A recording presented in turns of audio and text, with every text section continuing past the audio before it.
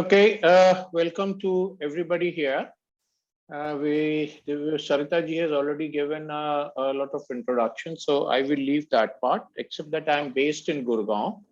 I got into the profession of valuation in 2018 among the first batches, and I'm associated with an organization called Black Olive Ventures, which is a valuation firm of over 15 years. So, and we have done a lot of assignment, especially, and some are very tough assignments. So let me start the, okay. So I request that we should have this as an interactive session so that, in case there is a query or there is something which I have not been able to explain it properly, please keep asking questions. So, the end of the day, we all are equal registered valuers, and we all have to learn from each other, and learning from each other itself is a peer review. Just as an example, this peer review, just as an information, the peer review process is started more or less in USA. And this is started with universities like Harvard, Stanford, and so on, where they found a particular scientist had given a research work which was fraud. So to make sure that the research papers which are being published, so all these very reputed technical journals like Nature or American Journal of Physics and so on, they started a peer review. So suppose I am a scientist, if I have to publish a paper, and publishing paper means then only people will know about me and I can get good prizes up to Nobel Prize. So then they would then send it to different other scientists who will review it. Now, it is not that one scientist is better than other scientists, but it only makes sure that poor quality paper and poor work or gross errors are eliminated. So that is when a peer review as a process is started, and which today has become very common, and it's a very, very healthy process, so that the whole community gains out of it. So, now if we look for valuations in India, we have seen the formal valuation reports since 1906 on Mumbai valuations, and this is for land and building. Now, when I say formal valuation report, means at least there is 1 or 2 pages. They have mentioned the title of the property, for what reason it is being valuated, and so on and so forth. And the first organization where the valuation as a profession start being done was a private organization called IOV, Institute of Valuation, by Dr. Goyal. It was made in Delhi in 1964. Before that, there was no organization. Institute of Chartered Accountant was made by a parliament law in 1948. So it was in 1964 where a formalization of valuation as a profession started. And since then, several other organizations which came into existence, and the check and promotions as a valuation as a profession has started growing. However, there were no standard across the country. So it was possible that the valuation done in Ludhiana is different than in Hosur or in Calcutta. So there was no standardization across the country. Different organization had different standard, different way of monitoring. The second is there was no liability against the valuer. So, there was nothing. If I give a valuation of a one Maruti car as 50 lakhs, of course it is stupid. The new car doesn't cost 50 lakhs. So, I cannot be made punishable for anything, whether done willfully or negligently. And there was no commonality of valuation. When I say commonality of valuation, you see, valuation per se is an opinion. And in opinion, once we write an assumption, we will get into a small band where an opinion from one valuer will vary from another valuer. Now, that will come when some common processes and other things are made, which we all accept and follow. Now, when you have different organizations which are all independent, so there was no commonality got evolved. And during the time when Dr. Rajan was the governor of RBI, wrong valuation was also considered one of the reasons of large NPAs of the bank. I don't know how many of us valuer know that the valuer of there was one bank which went PSB or something in Mumbai. Everybody has been released from jail except the concerned valuer, who was a PhD and a chartered accountant and so on. So he's still there, and the bank says you gave a wrong valuation because of a lot of these things happening.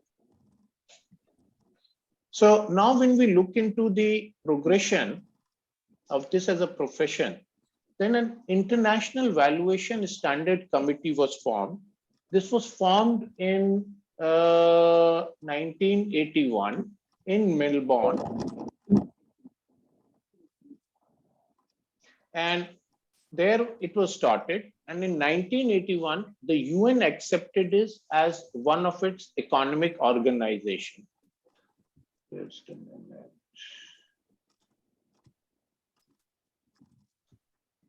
Okay, so now from 1985, when the IVCS as it is called today, it was accepted. Now it is present in 130 countries, and over 170 organizations are member, and they contribute to it.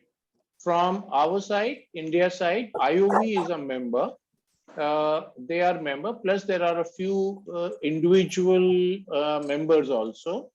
I am not sure if Divya Jyoti is a member of IVCS.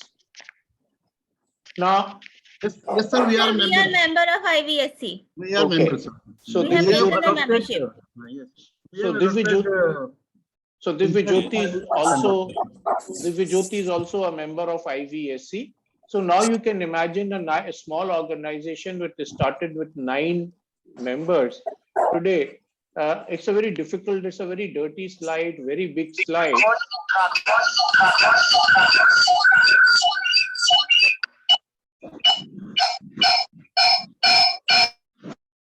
So you know, if you see, then how many people are members of this? And if you see, all the big fours are there, all the major organizations which are there. So, you know, the number of people who are in the IVSC committee and they contribute has slowly become very, very large. We can see ICSI, that is a company secretary organization, is there.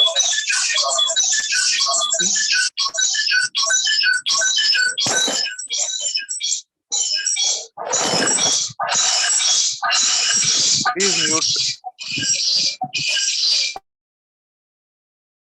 Okay, we can see company secretaries institute and a lot of other people are also members. So what we are now seeing is that the international valuation standard is becoming more or less a standards body for the whole world.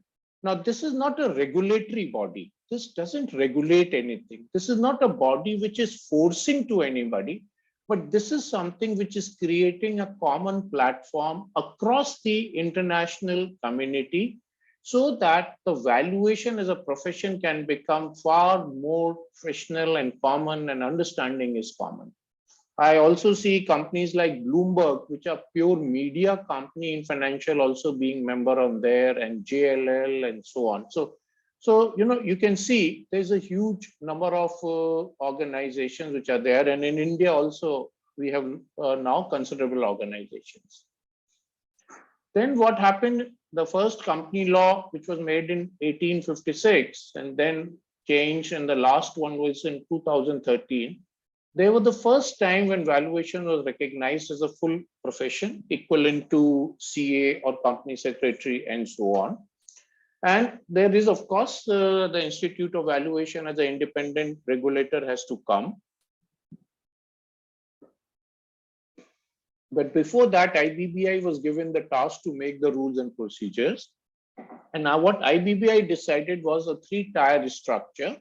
And the middle tier was made as RVOs, where Divya Jyoti is also an RVO. And the role of RVO is more or less to follow IBBI instructions. and to support the valuers in case of their routine problems. So RVO is not a policy making body, but RVO is a body to assist the valuers and also to make sure that a right bridge is created between the IBPI or the government. IBPI is representing the government and the valuers. So this is where RVO comes into the picture. Now, what are the key changes which came when this RVs and the IBBI came into picture, or the valuer section 247 came into picture? The first is, before that, there was no qualification or experience. It was all dependent on whosoever is that organization where it is. So there was a large variety where anybody from any qualification was able to become a valuer with no experience and so on. So the first is that was one commonality which was introduced.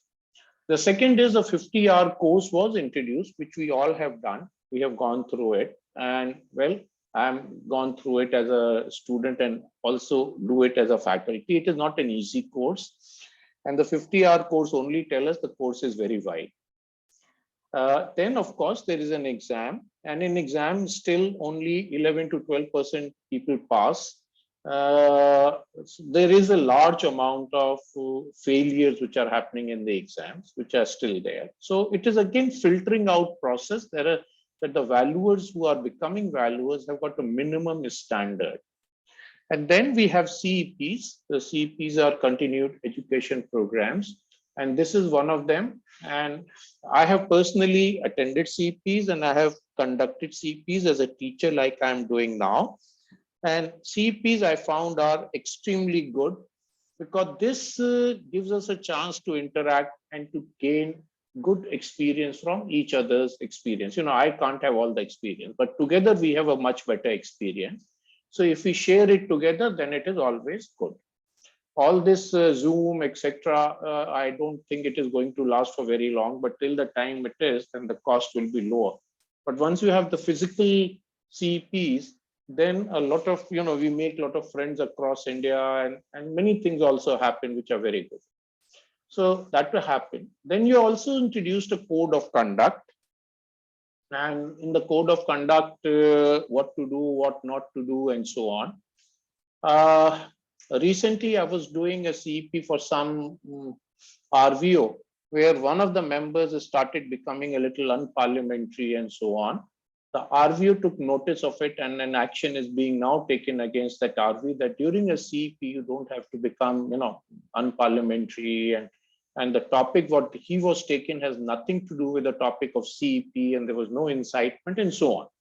So there is a code of conduct. So far, several punishments have taken place in with registered valuers. And to my information, one registered valuer has also been debarred so far. So there is a code of conduct. We are bound by things like conflict of interest and so many things, and we all follow. As far as I'm concerned, I follow virtually all of it, and the RVs I have met, they also follow most of it. Then, of course, there are disciplinary provisions where discipline does take place in case there is a problem with the code of conduct or any behavior or anything related to that with the professions. Another very important thing which has come is a liability clause for willful wrong valuation. So till now, there was no liability to any valuer. So I can take a Maruti car 12 years old and give a valuation of 5 crore and nothing can happen against me. But then today, these type of clauses have also come in. So far, we have not heard of any single case of penalty being imposed on the valuers. But yes, we all are afraid about this penalty. Another major change which has come into this is learning and sharing and seminars. So this is one of the things that we are doing, which is all part of that corporate law changes of 2013, where learning and sharing and seminars are happening. I can also share some things that the bankers have also started asking for training programs, where we do training programs for the bankers, and the whole intention is that their bank managers and others, they should also understand that, it is no more a time when when the valuer were able to give a report in 3 hours and everything has to be done. So, sometime when the tension happens between a valuer and a bank, so the idea is that the banking community per se also has to be trained for what is going in valuation and why that paper is important. It is not that it has to be filed in the files and nothing more. Just on this, learning and sharing with the bankers, we recently did a valuation for Kotak Bank on a plant and machinery valuation for a company near Jaipur. And we had a difference of opinion between the owners and us. They were saying that the valuation of the equipment is less, and we were saying the valuation of the equipment is more. And it was for a bank purpose. So a larger valuation would allow them to get more loan. But they were worried that a larger valuation will have a problem in their balance sheet. So we have all sort of, cases, and I'm sure all the other people here, all our friends here will also have similar things. Now, how do you promote standardization across all valuers? One is we have to make and we have to follow the standards. So we have got the IV International Valuation Standard. So we have the standards. Second is we have to follow the standards. Now, no matter how intelligent a person is, we can always learn. And the best learnings are the practical learnings and the mistakes which has happened by our colleagues. So we check the mistakes, we educate the mistakes, and we suggest how to rectify these. So, and peer review is that mechanism. And the intention here is to provide feedback and offer solutions to the issue. So none of us want to make a mistake. This is our profession, whether we earn good or bad, but then our reputation is stuck with the profession. And, so we are making mistakes or we are having an oversight because we don't know about it. So, this peer review is a process where we can learn from other person's mistake. And from there, we can again, we can become better and we can avoid those things. And what we will see now is most of the mistakes are very simple in nature, and how to avoid also is very simple. So how it is done is, now all the RVOs have to do a peer review. So like Divya Jyoti, they keep doing peer review, IOV, on all the RVOs, they keep doing a peer review. And then these are compiled and presented to IBBI with the RVOs and expert members of the RVOs. So, it is not, there are 16 RVOs. So all 16 RVOs, most of them, they do peer reviews and then they are compiled by one. This time they were compiled by the cost accountant institutes. And then they were presented to the IBBI for the RVO. So this seminar, what we are going to do today is that presentation which was made to IBBI from all the RVOs and all the issues which were shown to RVOs and the correction of it.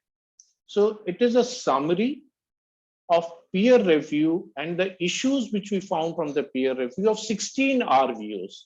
So that way it is it's a very vast variety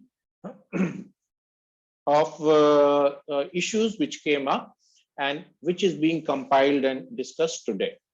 So that is a thing. It is not that only one RVO has done one report valuation and then done. No, so it's a larger issue. So how it is done is the valuer peer review focus on the performance of the valuer with the way of improving quality, upholding ethical standards, adherence to valuation standards, relevant laws, regulation, rules, guidelines, amendments are made there from time to time, methodologies and approaches adopted for conducting valuation and preparation of valuation report. So a valuation, a peer review, they focus on these things. They are not focused on whether you have, what is the actual value of that asset per se, but have we followed the right type of process? Have we taken the right law into consideration and so on? And when we will see later, it's a very interesting thing. And most of the thing, they appear to be very simple in nature, but then they have been overlooked by many valuers.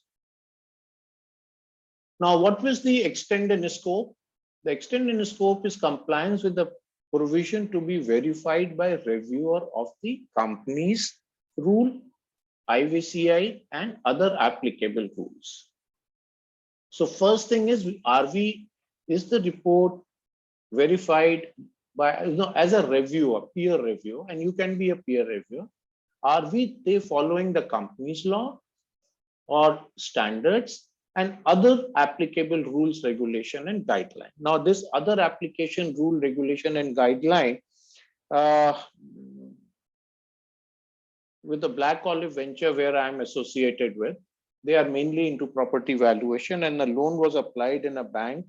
And that loan, that was for a land which had reached in Delhi, which had recently had got a zoning law changed. Now, the bank did not know about it. I am not sure whether the owner of the land knew about it, but when we as a valuer, when we went into it and we checked what is the present applicable law, and we thus had to change and reduce the valuation. The bank was upset, of course, but then we had a solid proof that why we are doing it, because the applicable law or the regulations have changed. So, and then which is decided by IBB RVOs, and they are communicated to the reviewers. So the certain guidelines. So it is not that the reviewer is a god. No, guidelines are there, and the guideline is what I showed earlier.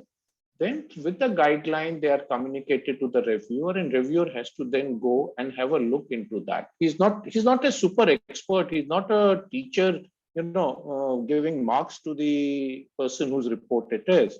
But he is a facilitator in the sense what all things have happened and how can they be improved. Now, general term of reference for reviewers. Now, this general term of reference was made and given to the reviewers. Now, the reason we are giving a little more time to this is that the person who's a reviewer, I have done review of the reports, but there are a lot of other people. We should also have a certain amount of commonality when we are reviewing. It is not that, I say I like font Calibri and somebody writes the Homas, all of these things are pretty stupid. So, we created terms of reference, and it is to give opinion on the quality of the valuation report under basis was key aspect to be reviewed. Okay. And the review compliance with the Rule 8 of Companies Rule 2017 and a specific rule and guidelines issued by related regulators. So again, all of these were decided for all the three streams. It is not that it was only for one stream. So these started also becoming strict on the reviewers and not to give upon the conclusion of value. So the reviewer cannot say that you have given a wrong value or the right value. It is the process and the reports which only has to be seen. Then he has to maintain confidentiality, which of course, and not to accept any such review assignment where the reviewer might have any interest. Again, a conflict of interest case should not happen. And to review the summary in the format as supplied to ICBI. Now this is basically means all of these things reviewed and then given the submit to ICAI RVOs. This is the way they created the general terms and references. Now the key review parameters. Key review parameter included in the peer review report was name of the registered valuer who did the value, assignment received in whose name, whether it is RV, partnership, LLP, private limited, and so on. Like there are LLPs, but they are not a registered entities. So the assignment comes in the name of the RVs and not in the name of LLPs. So we also have to see who is getting the assignment. Now, name of corporate debtor under reference, in case there is any, name of IPRP, whosoever it is. Now here, I have, in my experience also, I get a mail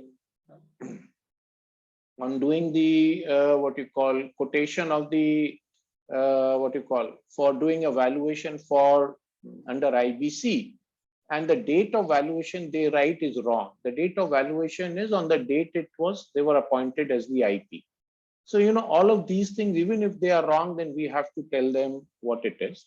Then date of receipt of assignment, date of submission of valuer report. We have a lot of very interesting experiences on this, which we will share you.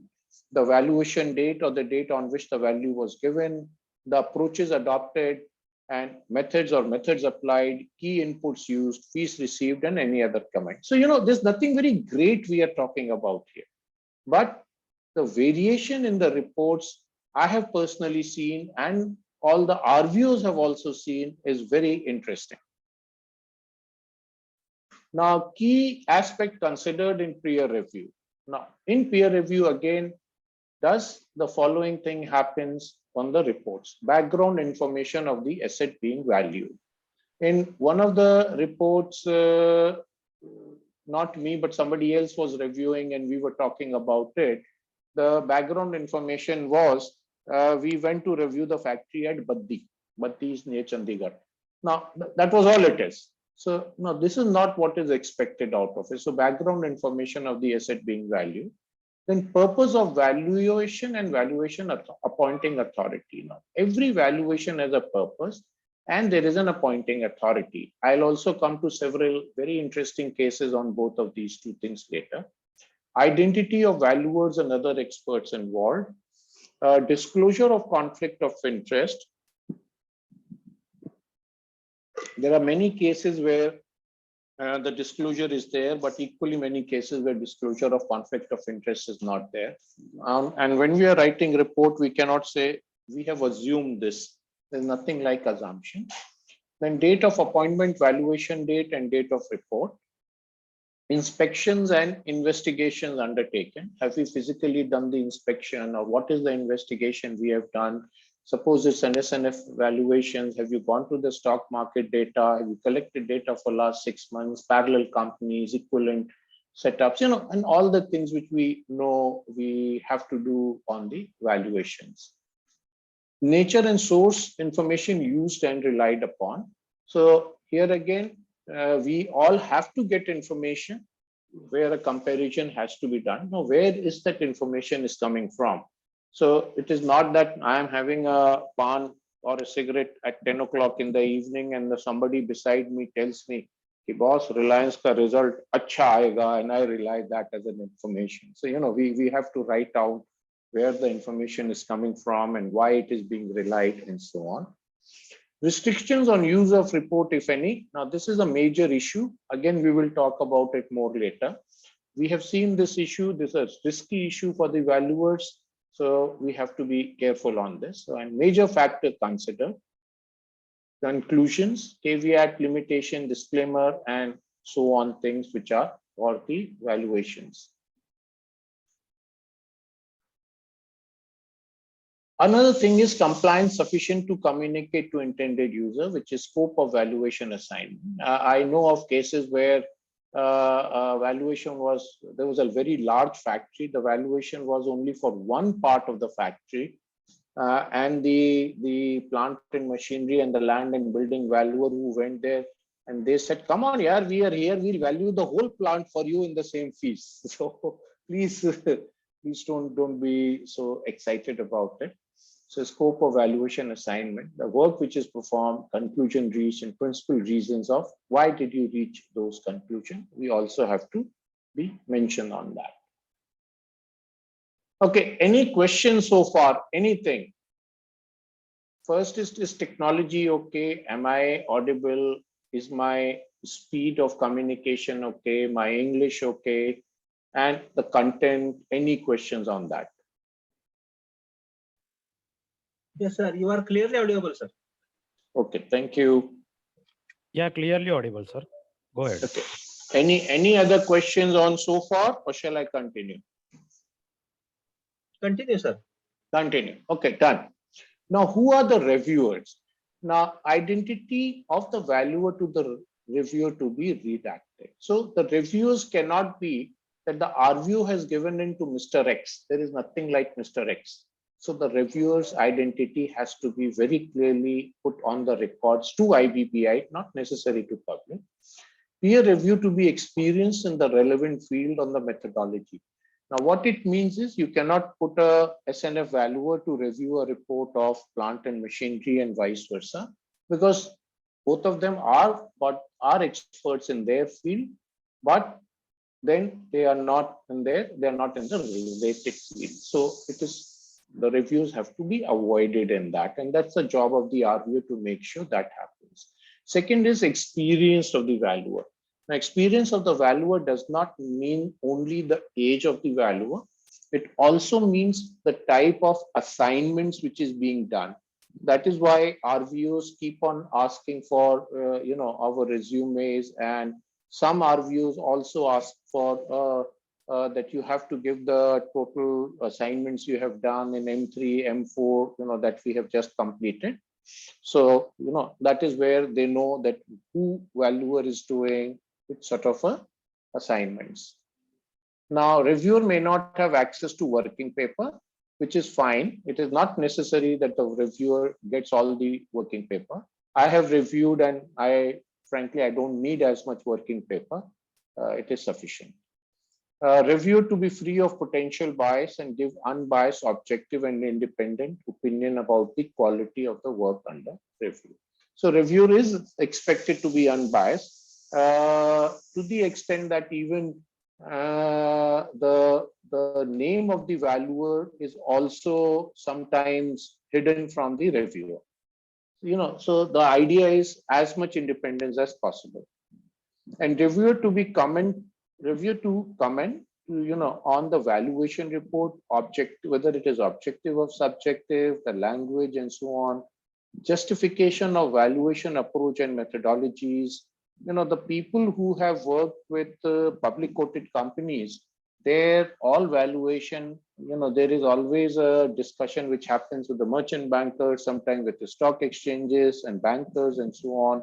And every time, they grill the valuers for everything. Why approach? Why not this? Why this? And so on. So another one is disclosures and caveat and disclaimers which are used in the report. Disclosures is basically that, I am not related to the party and so on and so forth. And in case I am, then it should be told.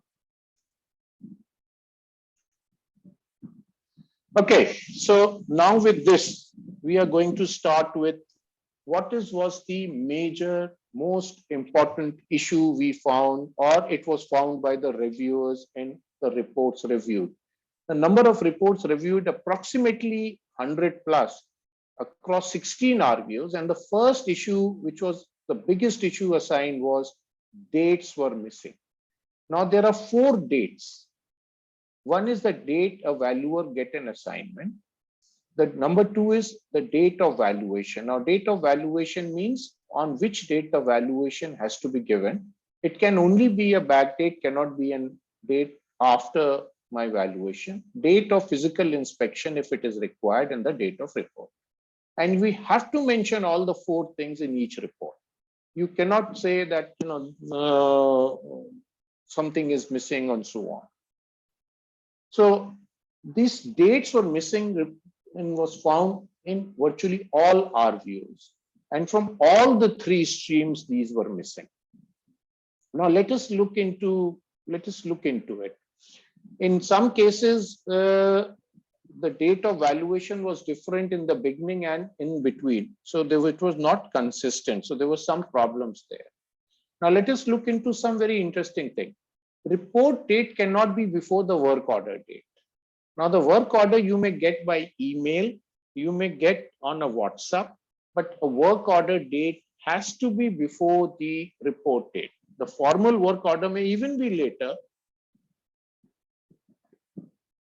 but the work order which has given you the permission to go ahead, that date cannot be before the report date. So it is not that first I'll give the report, then I'll give the work order. So that's a very serious offense. Then the second is inspection date has to be before the report date. Now, what it means is I have given a report and then I have gone for inspection. That itself looks to be a fraud. How can I go for inspection, and after I have given the report? A very interesting case here which happened, and I was contacted one day to give a valuation for 2020, 31st March 2020. And then I said, fine. And when do I visit? He said, no, you don't have to visit. We'll send you the photographs. And well, I did not like it. We then had the photographs. We checked the photographs. The photographs were taken, the PDF and other the JPG. You can check. There are certain digital signatures through which you can check. So I checked on that, and we found the pictures were over a period of 7-8 months. And taken by different cameras. So, we regretted the assignment. So we are not interested to do something which we cannot physically see.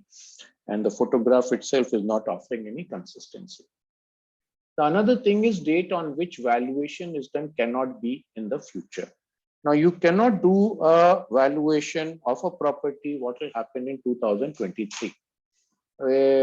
You see, the people who just imagine in March 2020, the person is given valuation of a property, and in April 2020, the valuation of the property gone for a 6. After that, where all the lockdown and so on, it happened. And even in the property, the valuation given 6 months ago, and today the property value has gone up. And who knew that 0.4% reduction or change will have, not reduction, a change will happen in the repo rate, and the whole stock market, went on a tailspin.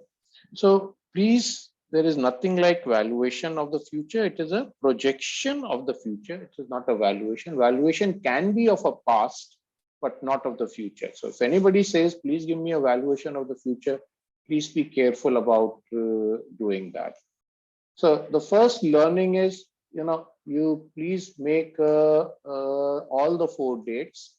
One of the way it is done is there is one page only for these 4 dates. So that page has to be put there. So we know that all the 4 dates are there. So it looks so stupid, but yes, the dates have been missing in, very large number of reports from all the RPOs. So please, the dates are important. I'm again going to show you. We are talking about 4 dates. The date the valuer got the assignment. The second is date of valuation. That means the valuation, the number, the date on which the asset value has been identified. That is the date of valuation. The third is the date of inspection. On the date of inspection is when we went for inspection, if there was an inspection. And last is the date of report. So please, all the 4 things are to be mentioned. On date of report, normally, what we do as a practice is, we have a draft report. So when we put the date of report, we write a date of draft report, and it is only when the final report is issued, we put as a date of report. Any questions, sir? Yeah, good afternoon, sir. Yes, sir. Any question on the dates? No, sir. My point is, it's almost 3 years, and all RBOs are doing peer reviews for their members, right? The same type of observations they are observing every year, and they are highlighting in most of the seminar. So my question is, why IBBI or RBO is not releasing any standardization in reports? At least 80% should be standardized, and whatever other parts are there, means which valuer wants to capture here, they can attach annexure and do it to avoid small mistakes like these dates, and I am sure you will cover in upcoming slides also. Okay. If you please take a look at the International Valuation Standard, there is a full chapter on the reports. So that is a standard. If we follow that standard, then whole of this seminar is not required. And number one. Number two, all these things, the repeated CEP has two things, that even after giving all this, there are mistakes happening. Sorry? So even after giving all of these and the feedback, these mistakes are still happening. So, so a feedback of like this will have to be given repeatedly till the time it becomes a much smaller feedback. And dates is an important feedback. That is why it is happening, regularly. And what you say correctly, that why a standard is not released, sir, it is already released. The standard, international valuation standard is there. There is a full big chapter of about 7 to 8 pages only on the reports.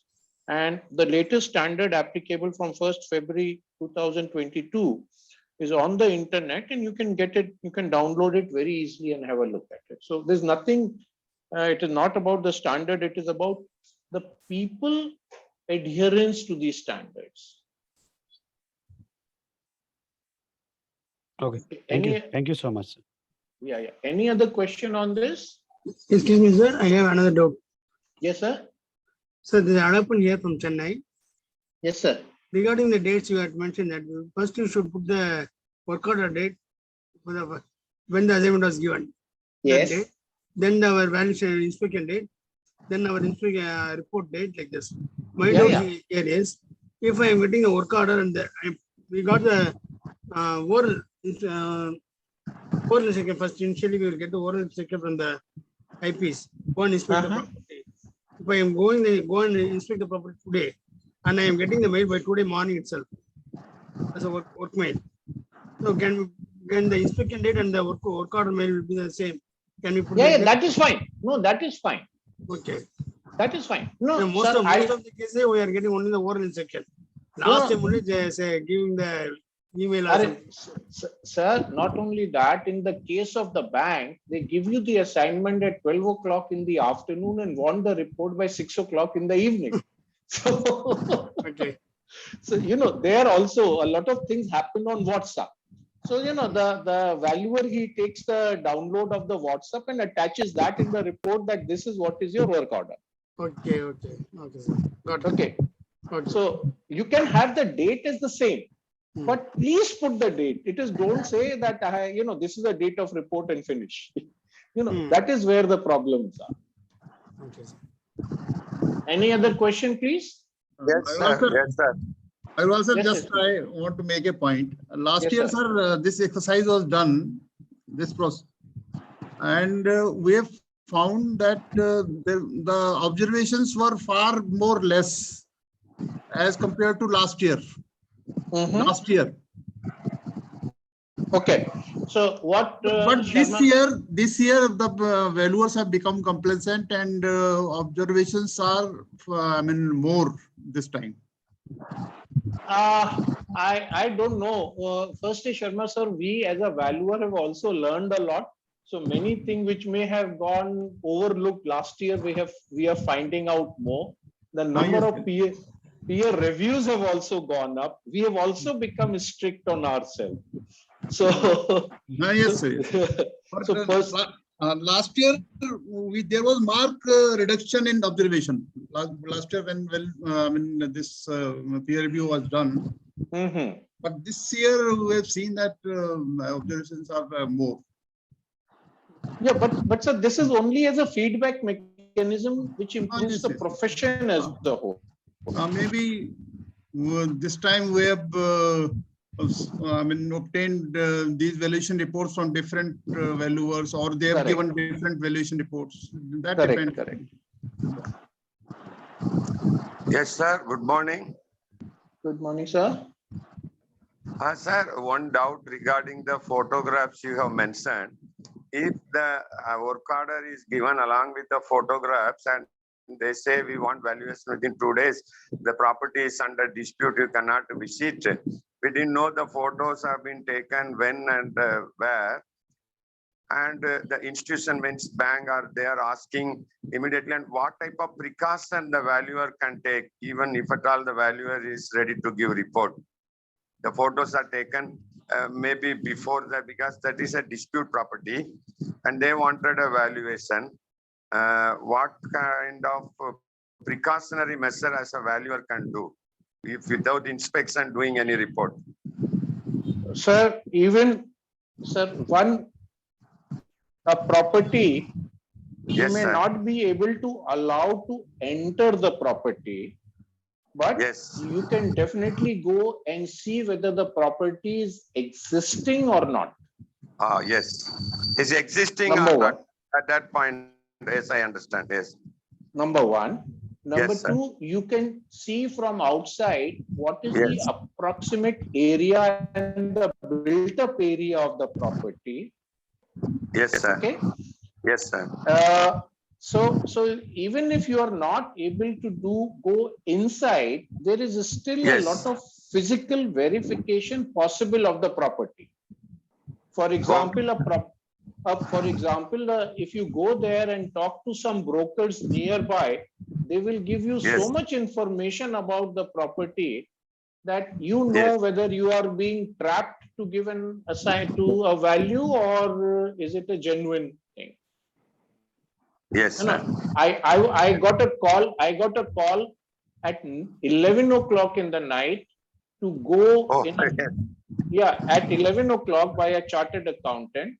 He said, go to Nainital, take a taxi just now. This is a hotel. yes. You go there, you will reach by 4 o'clock. I'll have a person standing there. You have an inspection, Yes. and by evening, give me a report of 80 crores. So yes, sir. Yes, sir. Okay, and he offered me 2 lakh rupees for that particular thing. So I told him, I said, first is 2 lakh, forget about the 2 lakh. The second thing is you are telling me you want a report of 80 crore, which I totally do not agree. And number three, Yes. you see, I am ready to go in the evening. I am ready to take up a very urgent assignment, but I am not ready to have an assignment which is, forced of a particular value. And, so then he was very upset. He said, I'll get somebody else. I said, fair enough. You go and get whomsoever you feel like. Yeah. So, there are all type of things. And here Yes, again, sir, I sir, understand. and there are ways and means by which we protect ourselves. Yes, sir. And in the report, we can mention also, the valuer was not allowed to enter, and with the outside view, the valuation being made, everything we can mention. Yeah, correct. So property is much simpler. Property is much simpler. The plant and machinery. As you mentioned, the chartered accountant wants the report evening. Even this kind of cases, sometimes they put more pressure on a valuer. That's the tension comes. They don't give chance for us to assess neighbors and other places and all. We have to go for auction. We have to do that. We have to take surface. Like that, they put pressure. There, we have valuer protection to be taken. Sir, it is again up to you. Yes, sir. Yes. Good morning, sir. Hello. Yeah. Hello. Yes, Thank please. you, sir. Thank you. Hello. This is Sudeep Sarkar from Calcutta. See, Yeah, last Mr. Sudhir. 3 years, we are attending or organizing several CEP. In fact, on the same topic also, we have organized last year and year before last. But the thing is, just now the statement you said that chartered accountant told you he will find out some other valuer. Until unless we valuer community don't change our attitude and until unless we are becoming really professional, these things will happen in future also. Yeah, you are right, sir. How can I see? Even just today morning, I was reading a report. Somebody, a chartered accountant from Jharkhand, was arrested in the case of that IAS lady where they found 18 crore cash. So now, practically, as because my background, I was with several years with several MNCs. In fact, along with this, I personally feel we should conduct some ethical course also that will help to change the attitude of our valuer community. Yes, yes, sure, sure. Yeah, okay. So let RVO, they are already, Mr. Sharma, who's the chairman of Divyajyoti, and Mrs. Sarita, who's the CEO, both are there in this, and this is being recorded. I'm sure they'll take your advice. Truly speaking, this 1 or 2 lakhs in 5 lakhs, those are peanuts. If a valuer can be purchased at that value, I really same. Well, so I can't comment on others. That's all I can say. In one case, very interestingly, in one case for a bank, the total, what you call the FAR which they gave me, the total value of the FAR was 30% more than the return they had filed with the company law, the gross block. So the gross block was 60 crore. They have given me FAR of 75 crore. And when I told them, how can you do that? Then a lot of other dirty things start happening. They start becoming abusive and so on. So there are all type of people. So let us proceed now.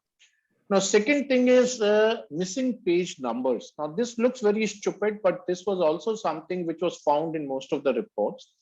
Earlier, before IBBI, I have seen report of 100 crore of property of 3 pages. But now minimum you have 20, 30, 40 pages, even 100 pages of valuation, depending on the case to case. And we find the page numbers are missing.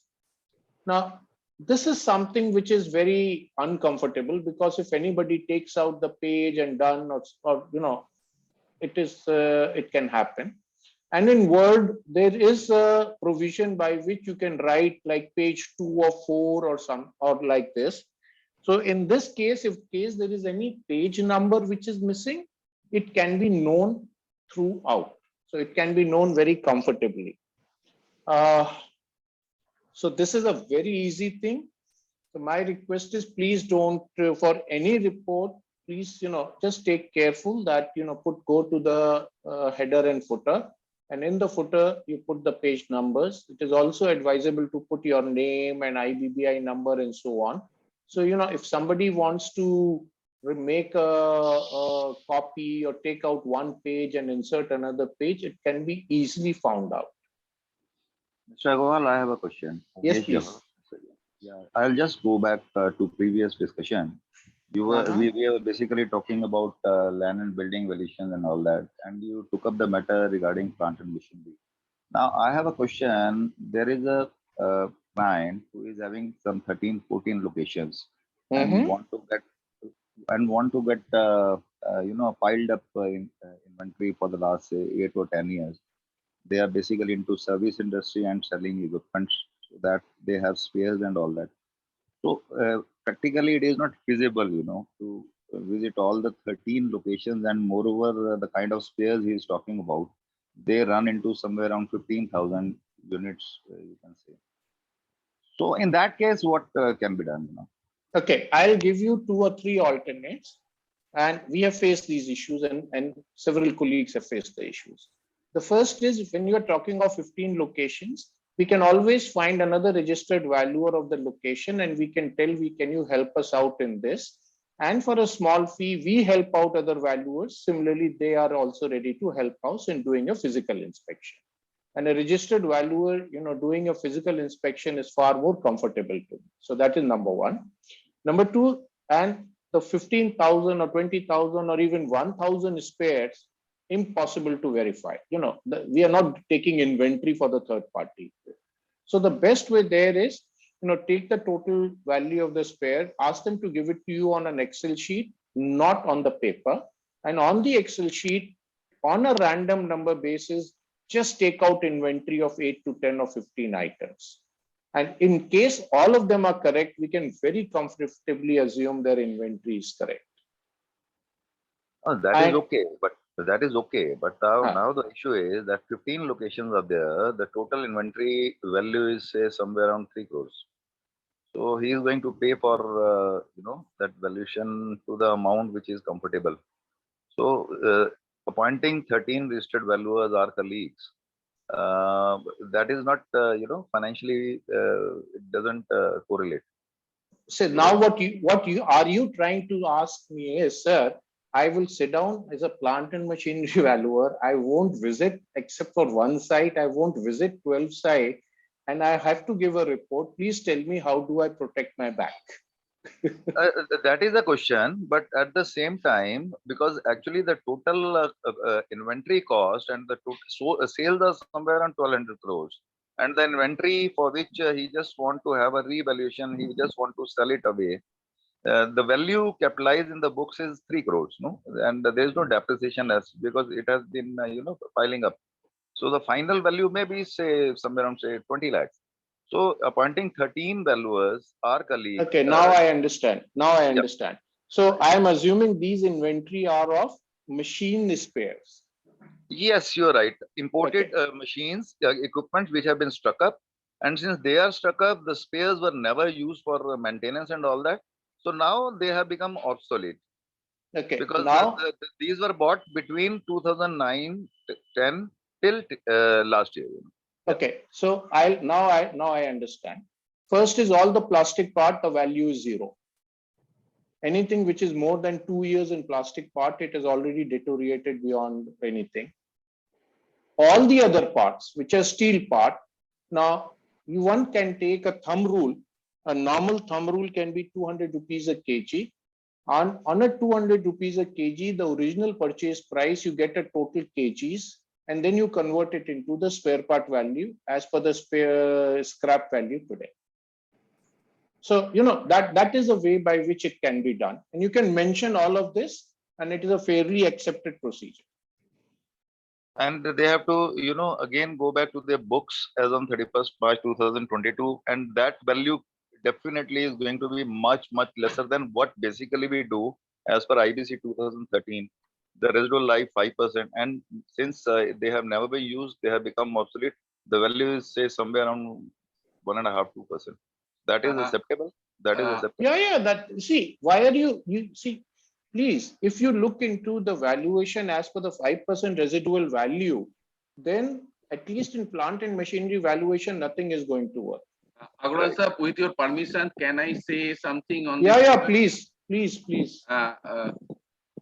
Johar sir, the thing is, I am also plant and machinery valuer, and I am 30 years in this field. So, see, in any particular plant, you will find 2 types of inventories. One is consumable, another is related to the capital goods, means with the machineries. Actually, as per accounting policy, they are maintaining book value at the purchase cost. But to us, means to the valuer, our valuation will be totally different. We'll consider same depreciation for the capital goods spares as we are considering in the equipment, and consumable, you simply considered it as a scrap. Don't consider anything else. That I agree. We are basically talking about Ind AS 2 inventory. Yeah, because I am doing revaluation also. Right. So Ind AS 2 is not applicable because the client is the person who is importing equipment and selling further to his clients. So he is an importer, not manufacturing anything. And along with the machinery, or along with the equipment, rather, we can say, they are not basically machinery, they are testing equipment and all that. They are coming up with some kind of a spares and consumable. Now, if they are not able to sell the basic equipment, then in that case, the spares and the consumables are not going to be used, right? Yeah, and that is a scrap. long inventory which has. So Ind AS 2 is not going to be applicable. No, in that case, you consider. In that case, you consider the total inventory as scrap, because if it is that much old, the PLC, whatever used in that particular machine in 2009, that become obsolete. Right, you are right. No IO and CPU will be used in any other plant. Right. So consider 100% scrap. There you divide in 2 ways. One is that electronic scrap, because the PCB board and all you have to consider separately, and where the metal is involved, steel, copper, something, you consider the steel, copper represents scrap value. Thank you. Welcome, sir. Okay, so that answers the question, Mr. Johar? Yeah. And you can, and the capital spares is something which is a very touchy thing. I know of practical cases where a bearing was purchased at 3 lakh rupees in 1995, and it was sold back because nobody used it in 2021, Right. at 30,000. You know, the Right. whole, even the wrapping paper was not open. So, Right, sir. Right, sir. okay, so we go back here, the missing page numbers. So the missing page numbers is, again, please do not have any page which is not numbered, and the best is to put all the numbers like page 2 or 4 and so on. The word has a internal way. If you add a page, then automatically this page numbering changes. So please use that. And missing page numbers may lead to a change of a page in between without the knowledge of the valuers. There are cases which are reported like this by the bankers, and you know, they say these things do happen, and flow of information is proper as different sections can be starting from a new page. The way I do it is I have a different section, and every section starts with a new page. So like all the dates, I put in only one section, and only that section, all the dates I put on one page, and it's nothing else except all the dates. And I name that section as dates. I don't have to put anything else, because then it becomes very easy that every section is independently seen. Another issue which was coming up repeated is inadequate background informations. Now, reports have to have a fair amount of background information about the asset or company, and 1 or 2 lines are not complete. One of the report I was reviewing, they said valuation of a factory at Baddi, near Chandigarh. Now, what is the factory? What is the name of the factory? What are they doing? What assets are you going to value? There's nothing at all which is written there. Now, this again is I am taking out of a particular report we have done, and please have a look at it on how we are giving the background information. So I'll keep my mouth shut for a few minutes, and then we can talk about this a little more.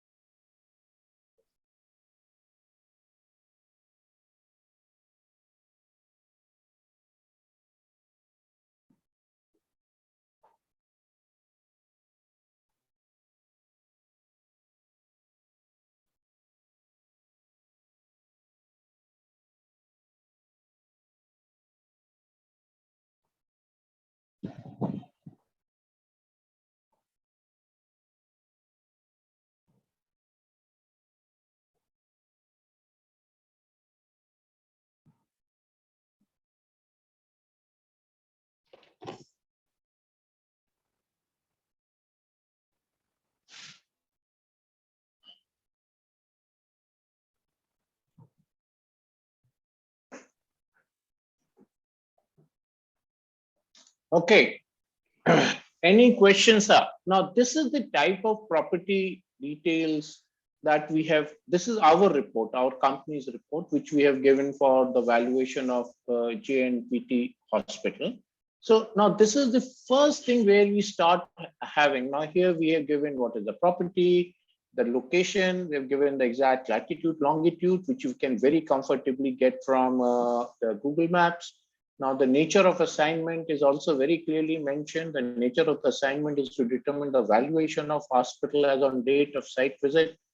The exact purpose quoted by the client is handing over the asset on as is various basis to the new operator of the hospital, including equipment on a PPP basis, considering the asset will be transferred in a business model. Okay, so the nature of the assignment is very clear. Now, this nature of the assignment is the language is slightly different than what we got as a tender document, because we were able to reach this after discussion with them and understand what the whole thing is. The tender was not as explicit, but after you talk to them, you understand. Then we have the subject property details, We have the plant and machinery, which of the item, it has been provided by the person, if we did not attach it. So this is the background information. JNPT is the newest port among the 12 major port and is an emerging hub. And JNPT Port Trust building was built around 32 years ago and whatever. So this is as an example, the background information, which is, some sort of a background information is required to be given with each assignment. Any question? Yes, sir. Sir, I have one question. Please Yes, don't sir. mind. I may be the wrong question asking to you. In this particular page, everything is written, but one particular information, what I personally feel should have been there, which is missing. That is in that particular locality, how many such type of hospitals are prevail as on date, so that we, during valuation also we can understand the importance of that particular hospital for that locality. That is one. Second, the equipments and what you have mentioned, they have already have with them, how old they are. You have mentioned that a building is 32 years old, but regarding plant and machinery part, the old age is not mentioned. So that one can understand the which generation equipment they are using right now in that particular hospital. Sorry for my. No, Mr. Sarkar, your point is absolutely correct. This is half the page of one of the pages of the background information. So this is not even the complete background information. Okay, sorry. From this page, what I felt, I just. No, what you have said is right. It is good that you are adding on to it so everybody can explain, when you say detailed background information, what all things it means. So the reason I'm showing is we cannot write one line power plant in Dorala sugar mill. No, you cannot write just one line of the asset with no background. Then you have to say what is Dorala sugar mill, where it is located, when was the power plant set up. Some background information. Yeah, definitely I have to mention when the power plant was commissioned, how long it has run, correct. At which efficiency it is running today.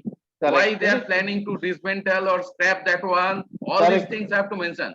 Correct. So this is again, as the peer-to-peer review, most of the RVOs, the report was that these type of background information is missing in a lot of reports. That's the whole idea. Now, you are talking about physical inspection. The same thing they are saying is also happening in SNF. Now in SNF, suppose there were major deals or in last 5-year balance sheet, there was an impairment. Now all of these also need to be mentioned, in the background report and so on. So again, this is what I'm discussing is not only for the physical asset, but also for the monetary assets and the SNF also. And one more thing, sir, in background, should we include the detailed borrowing of the client as on date? Sir, here, as far as land and building and plant and machinery is concerned, we are talking about physical asset. We are not bothered about whether the asset was purchased on a loan or there is a default of the loan or anything. No, just to understand the financial status of the owner. Should I mention the his total borrowing as on date? No, it is not required. Okay. As a plant and machinery valuer, it is not required. We are only valuing the positive side of the asset, not the liability side of the asset. That liability side goes into the SNF valuation. Thank you. Okay. Now, checkpoint is, what is a checkpoint? That if a person is reading the report for the first time, he should be able to understand it completely. So if I'm reading a report of a valuation, and if I see valuation of a factory at Baddi, I don't understand whether the factory is making, utensils, or it is making undergarments, or it is making furniture. There's nothing. So, when a person is reading the report, they should be able to understand it as much as possible. That is the whole idea. Another major issue which was identified was valuers, identity, and other experts. So whenever a valuation report is being made, you should identify yourself.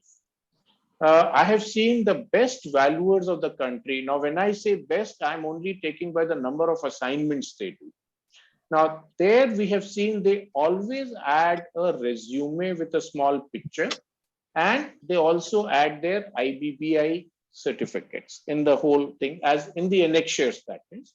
So there the valuer's identity and the certificate and everything is also added in the report.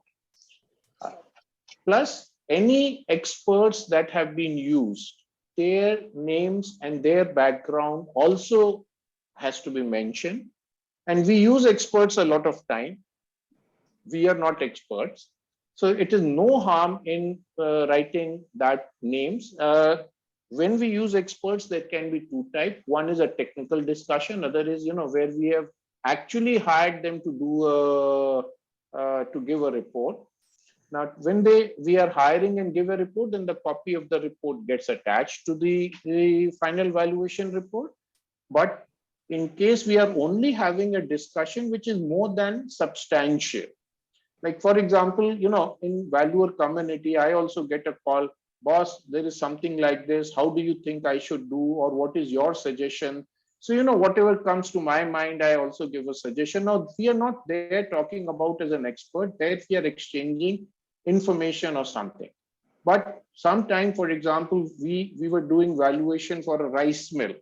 And there we had to, had a talk with a friend of ours who was in the rice business. And we had a talk for about 5 to 6 hours. So we mentioned his name, his background, and why we had a talk with him. Of course, he did not charge us. So that also we mentioned that it was all a consultation through friends and friends route, and there was no charges done. And also, please add, I have my spelling mistake is there. It is not Aldo, it is also education and experience of the experts. That should also be mentioned. Now, all of this helps whosoever is the reader of the report to understand who is doing the valuation and how credible is he to do the valuation. If he has taken expert opinion, then what the way it is to do the valuation and so on. Again here, the experts is not necessarily from your field. The expert may be from a different field as well. We get, as I'm a plant and machinery valuer, and there are many times when I call up a land and building valuer, to get some suggestions and advice. There are times when a SNF valuer calls me for some particular machines, and this is the way it is on the shop floor. The plant is closed for 3 years. What do you think is the way? Would you like to do, and so on? So here again, it is not necessary that we have to do only in our streams. It can also be in other streams. I also, very interesting, another experience I'm sharing. And when I say experience, please don't take it as my own experience. It is all through the network also, where satellite TV company was under valuation. Now, during the valuation, they had over 10,000 tapes with them. Now, these tapes were those movies and fillers, between two programs when you have 30 seconds left, and how do you fill that? Now, it was very interesting. And he called me, said, boss, I have 10,000 tapes. What do I do? And I told him, well, I don't know. Can you have a look at what is on the tape? So when he went into more detail, he found out what, this was an IBC case. So he found out what was in the tape, at least few of them. There were some Walt Disney movies and so on. Then the second thing I asked him was to find out who's the owner of the, is he getting a right to use or is he the owner? Then in many cases, he found out he was the owner, and many cases he had the right to use. Then I was able to guide him to a content expert in Mumbai, and that content expert was able to give a value of all the content which was in the tape. Now, so, there the discussion between that IP and me was purely on the basis of a friendship. And I did not give him any advice, but I was only able to tell him that please go like this. So that is not an expert. But then we always use, each other's, experiences and share, like even just now also, we were able to share experiences and all of us learn about it. So it's always better to mention your identity, make sure that there's nothing incredible about it, attach a picture in the end in the background, that's it. Any question? I don't think there should be a question. So issue 5, who has appointed you and why? Now, this is something which is a pretty serious issue. Now, there has to be a work order and appointment letter. Now, the work order / appointment letter / whatever way you call it, it has to be either on a mail or on WhatsApp or something or other which can be substantiated. It is not that I got a phone call that please do this valuation. So I went and I did the inspection and I gave the report. And sir, they did not give me the work order. What can I do? That is your problem.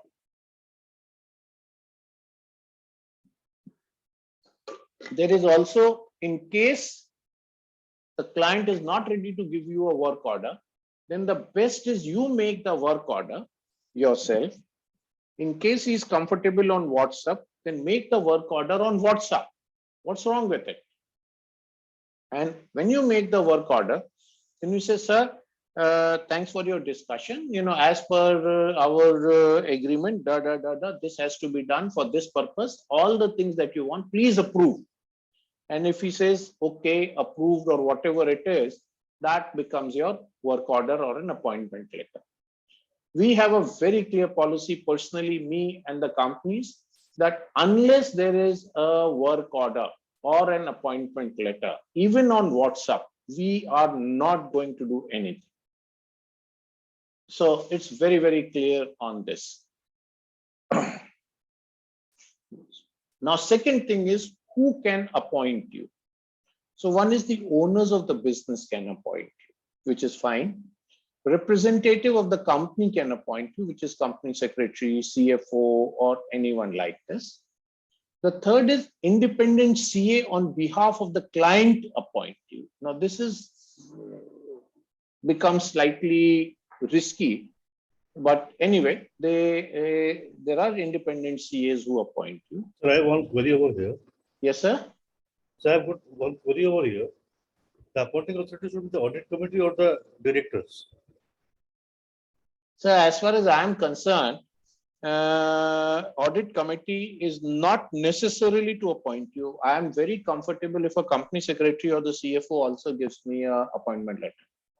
But the company just stick to the say for that. But sir, as per valuation rules, in first line it is mentioned that the valuer should be appointed by audit committee, or if audit committee is not there, then he should be appointed by board of directors. Sir, what do you do? Suppose it's a proprietary firm. The second thing is, what do you do if it is a 5 crore LLP? So third thing is, suppose now audit committee, the mandatory meeting is once in a quarter. Okay, so what do you do in these cases? What's the company that specifically prescribed that? So banks, they have to give a loan. Now, let us say State Bank of India, their audit committee is sitting in Bombay, meeting once in a quarter. State Bank of India, India-wide is doing something like 5,000 valuations a day. So will audit committee know which valuations have to be carried out? So please let us be practical about it. In case of bank giving an appointment letter, it is the field officer. And the field officer is acting on behalf of the board of directors, and the board of directors are acting on behalf of the shareholders. And the only way you know the field officer is through his visiting card. We have not seen his appointment letter.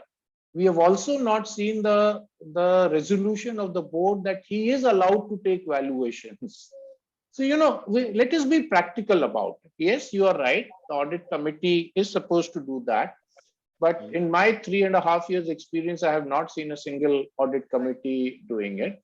It is either the owners of the small businesses or of medium-sized businesses. It is usually the CFO, or third is independent CAs on something like 2 crore to 10 crore businesses, or CA or company secretaries.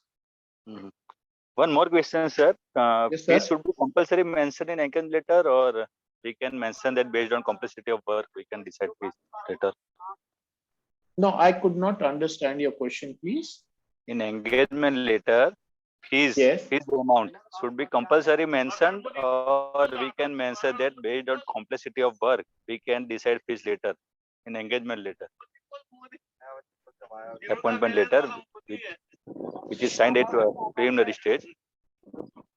My suggestion here would be, see, I have not faced this question, but my suggestion would be that even if the final fees is not decided, a range of fees has to be decided. No, I will charge between 1 lakh to 1.2 lakh rupees. That I can understand. But you cannot say the fees will be decided after the person gets a loan. Now, which means it becomes a success-based fees. Based on complexity of work. Yeah, sometimes at the preliminary stage, we are not aware about the complexity of assignment, number of. See, sir, that is very clear. In many cases, because of complexity of the work, the fees changes. So the way normally what we have seen people working is, there is an amendment issued to the fees. Okay, so the fees is mentioned in the first instance, but then there is an amendment issue. Okay. Or you can say the fees is this, and in case there is a complex, the issue is complex, then the fees may be modified. Okay.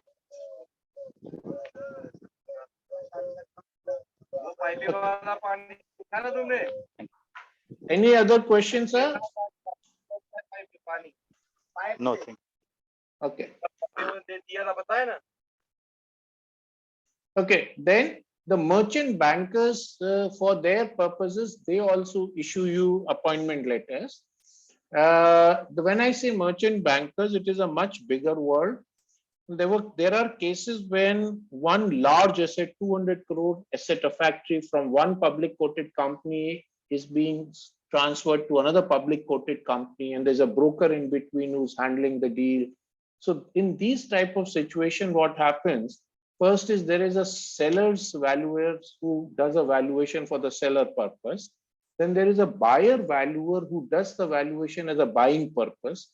After the transaction is finished, then there might be a third valuer who is doing it for the purchase price allocation purpose. And while all of this, then the merchant bankers would come into picture, and then several other things, because it is a public quoted company, it has to go through SEBI, it has to go through stock exchanges. So things become very complex there. So in these cases, even merchant bankers can hire you, which is absolutely fine. Bank, we know very well, there are a lot of places where bank hires you. Court. We have also seen court giving instructions to hire a particular valuer for doing valuations in property and other disputed cases. Arbitrator. Now, we have been hired by arbitrator also, where if there's a family dispute, there are about 12 properties all over India.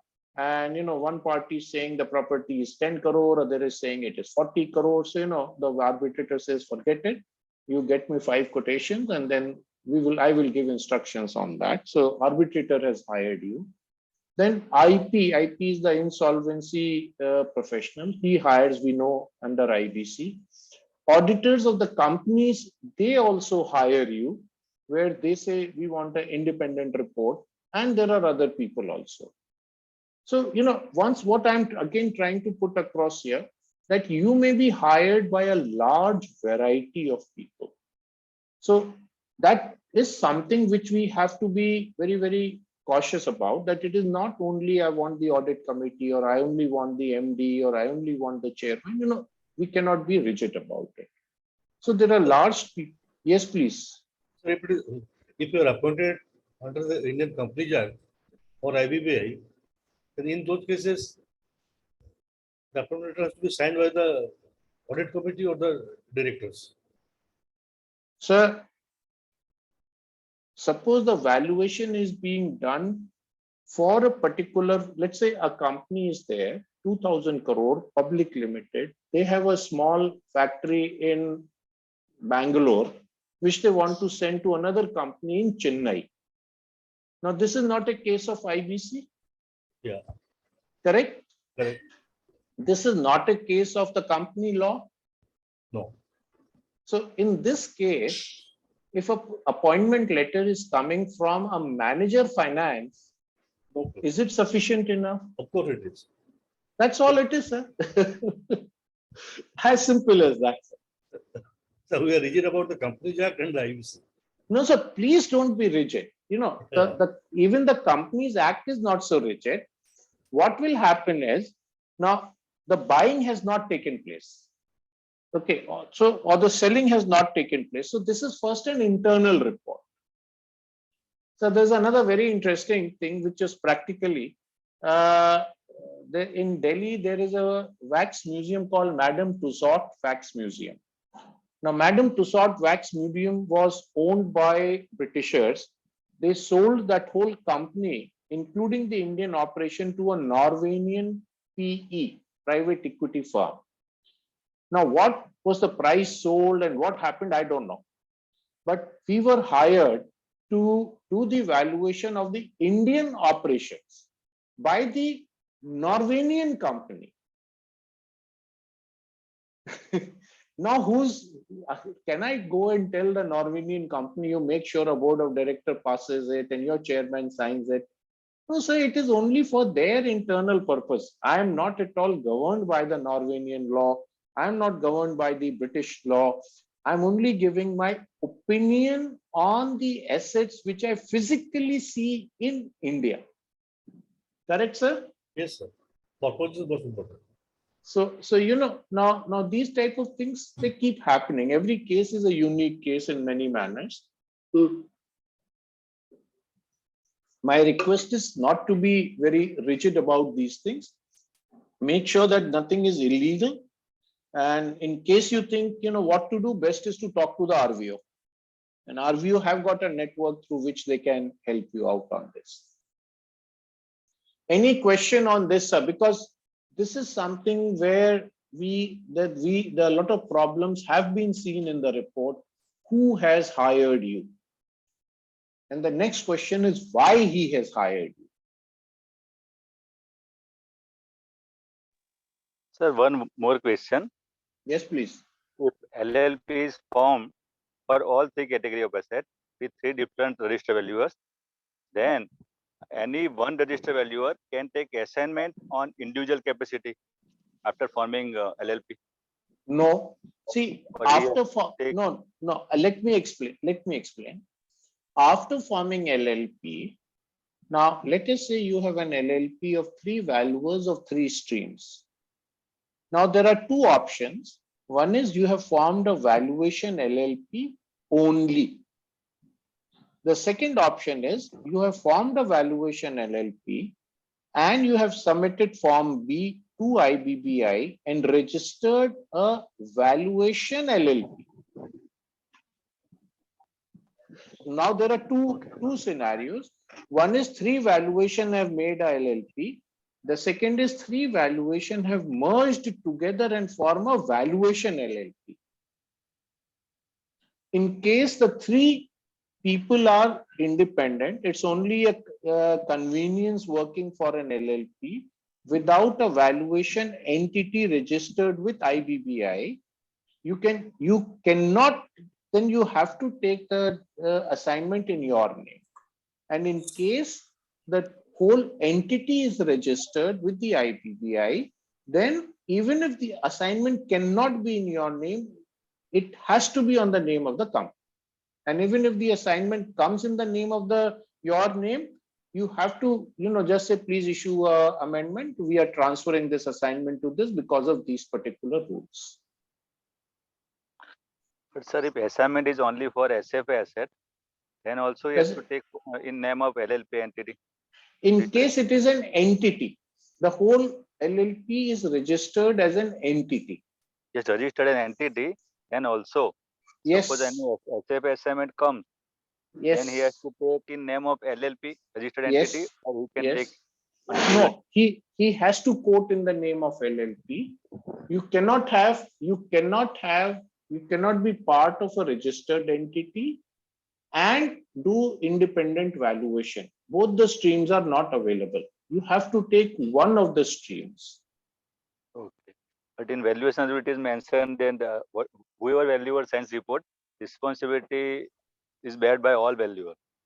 So how plant and machine valuer bear responsibility for SFA values, independent assignment? Yes, in case of entity, yes, that is the right thing. So in case you are forget about valuation. Let us say you are a firm doing trading of shares. There are 3 partners in trading of shares, and there is a fraud which gets committed by your firm by one of the directors. Are the other 2 directors not responsible? Okay. You see, even why that? If you go into a larger contest in a public limited company, the independent directors are also responsible for anything which goes in a company, even though they are appointed for 3 or 5 years. So in LLP as an entity, all valuers are responsible collectively. Okay. Thank you. Okay. Any other question, please? Yeah, I have a question. Yes, Umesh please. Shah this side. Actually, the issue is you have made an LLP and you are doing, say, what has been discussed, that you have got a job of, say, only plant and machinery. So yeah, that appointment has to be in LLP. I have got a, suppose, valuation of assets for the purpose of insurance, wherein IBBI stamp is not required. I am issuing that particular valuation on another letterhead as an insurance surveyor. Then what? Now here you have got yes. Now in this case, hello, you have got. Can you hear me? Can you hear me, please? Yeah, I can. Okay. Now here you have got 2 hats. One is hat as an insurance surveyor. The other hat is of the registered valuer. Correct? Right. Now, as far as the entity is concerned, that entity is of the registered valuer. It has nothing to do with your hat of insurance surveyor. So the insurance surveyor will continue in a totally independent way with the valuers. Right. So that is what it is. So nothing of any other partners to be a part of. No. They are not a part of that assignment. They are only a part of the IBC cases and all that. No, they are part of valuation cases. So that is an independent thing. Correct.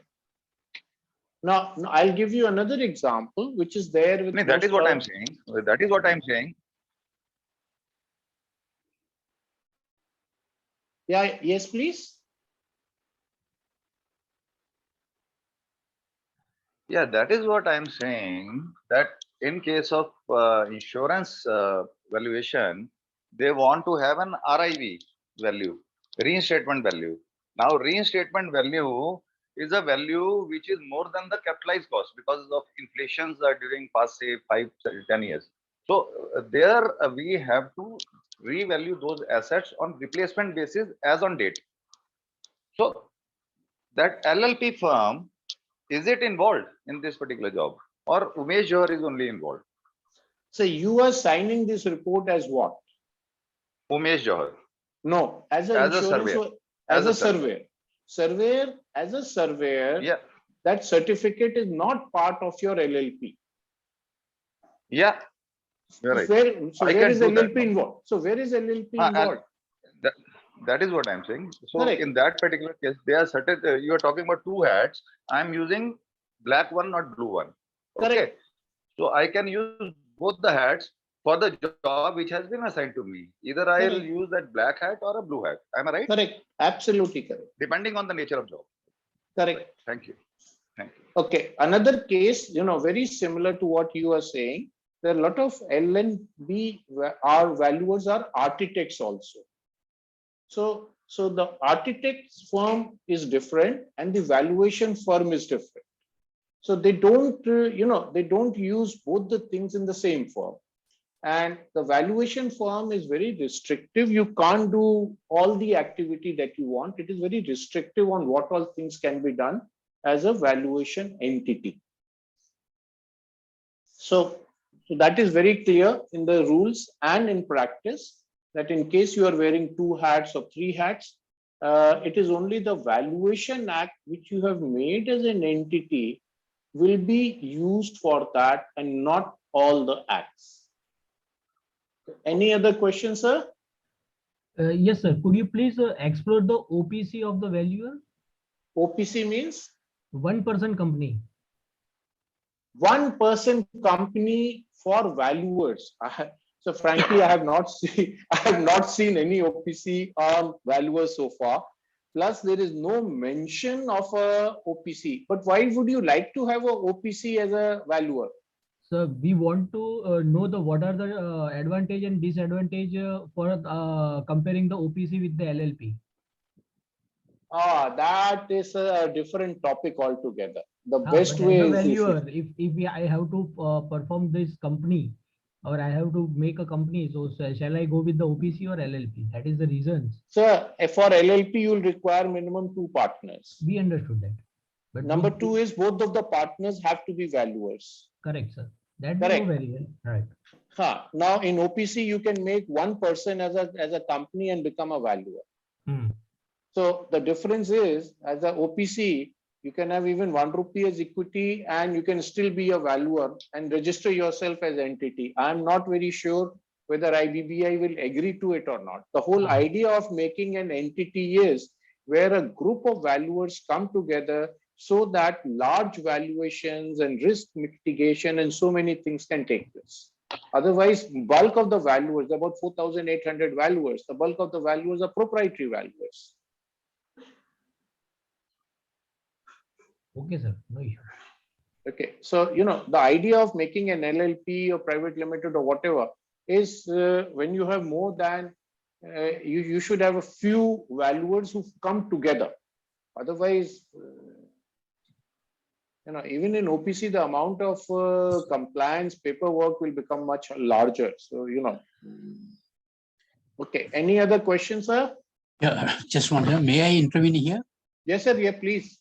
Yeah, see, this OPC is not well because you see whether company or LLP may get the contract, but ultimately valuation report has to be signed by the person who is authorized to sign the report. So in the case of 1-person company, that 1 person can be either land and building or plant and machinery SFA. So he cannot sign the reports of other assets.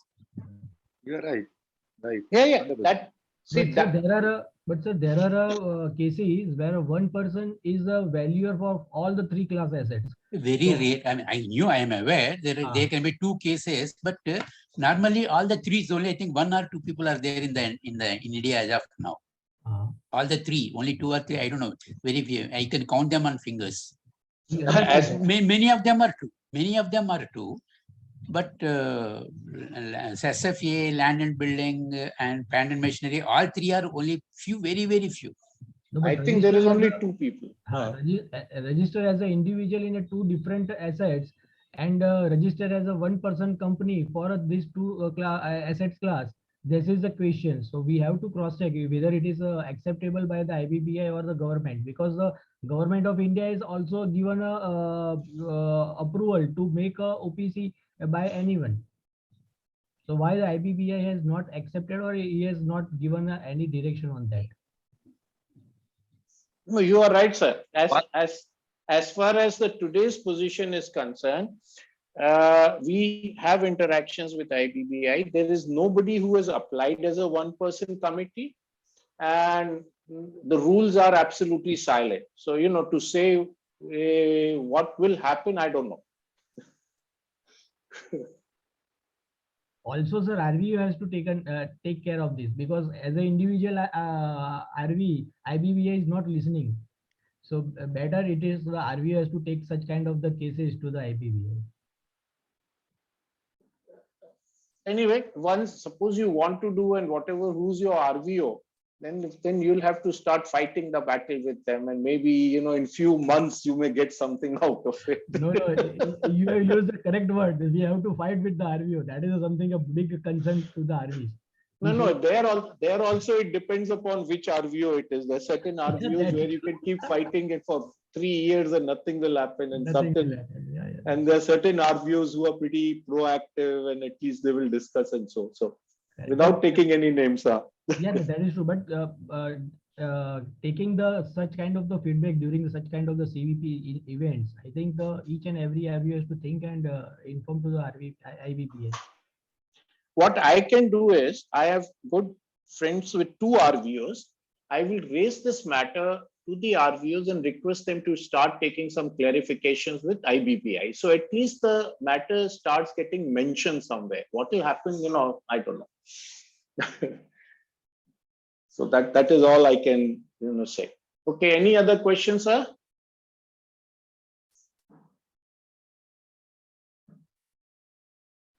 We can move ahead. We can move ahead. Good. Now, the reason of appointment. Now, this is again very interesting thing, and we have seen many issues on the reason of appointments. This also has been seen in the peer reviews. One is the statutory reasons, the valuation as per rule or regulation as per some rule. So that is one rule, and they should be mentioned there. Another is like purchase price allocation, which all comes under Ministry of Corporate Affairs. Impairment happens, raising money for public, insolvency. So there can be different reasons, and there's reasons required to be mentioned. The section may not be mentioned, which is fine, but the reason has to be mentioned on why a valuation is done. And we have seen appointment letters. When I say we, means me and my company. Plus, this is also the feedback from all the RVOs that the reason of appointment is not mentioned in the appointment letter. So what is the way we can do? First, let us go through the reason and then more. Then there can be business reasons, which is sale and purchase of asset, loan against asset, and so on. These are or insurance also. And third is an internal purpose where head office evaluates the asset in a subsidiary. Especially this happens, and after a few years, somebody says, yeah, that particular subsidiary has eaten away all the things, and you have to go a third, all the things that can happen. Or third party opinion about the asset condition and value. So there are different type of things. Now, the reason of appointment is very important, at least to the valuer.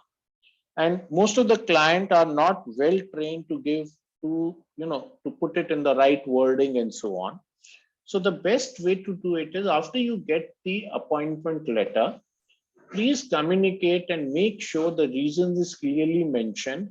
Send a mail and get a reply that this is what we have understood. Now, when you are putting all these mails and so on, you can skip the what you call the section number and so on, because the practical side of the non-chartered accountant and non-company secretary valuers, they get very uncomfortable when you say, please read under section, please read section 8, subsection 3 along with section 22, itna dated so and so, they don't know what's being talked about. So it's always better to get the reason of appointment also cleared. And this is among the large issues which is there. Any questions on this, sir? Can we say this is the reason of appointment is nothing but the objective of the valuation? Basically, yes. the reason of appointment also becomes important. We have seen in our personal case where we have given a valuation for a particular purpose. Then after 6 months, the same report is being used for absolutely different purpose. Sir, but here as a peer review, you are looking the reason of the appointment of the particular valuer or the reason of the appointment of the valuation assignment? No, assignment only. Okay. Assignment, yes, yes. You see, what happens is in a peer review, when we get a report, now when we get a report, then we also ask for a lot of report also have the appointment letter or the work order attached. Then we see that the reason is not mentioned. Does IBBI do the such kind of the review with the IPs? Why the such particular valuer is appointed? What are the reasons for the appointing the such and such valuer? So IB cases are very easy. IB cases, the reason is very simple. It is in non-IB cases where this problem comes in. No, I'm telling IP. IBBI is doing the peer review meeting with the IPs also, right?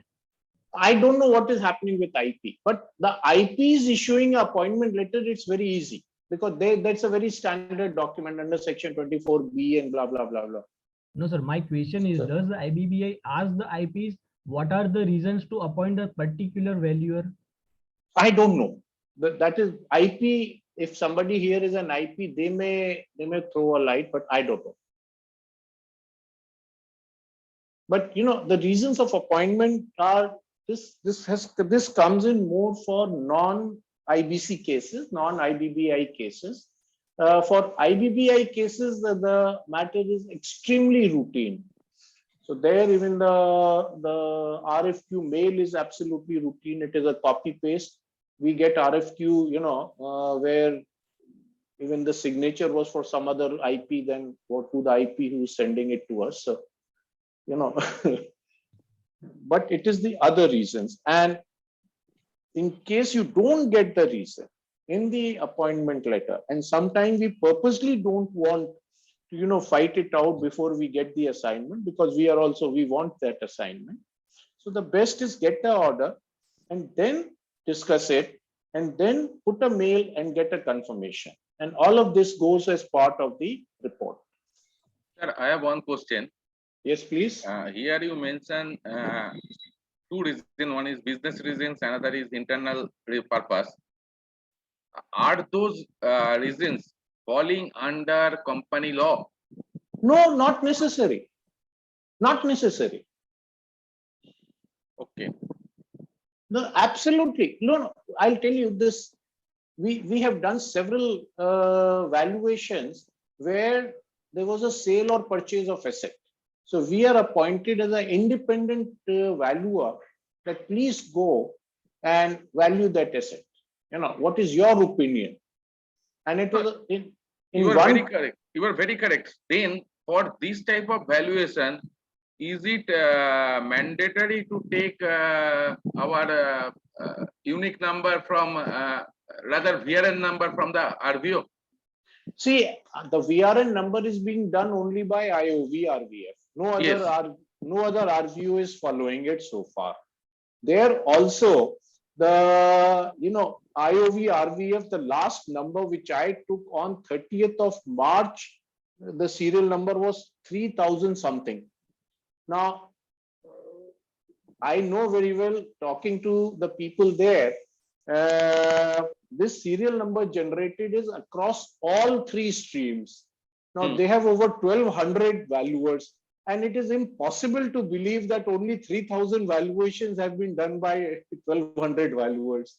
So it also means that the VRN number is not being followed strictly. Only in IBC cases, VRN number is followed.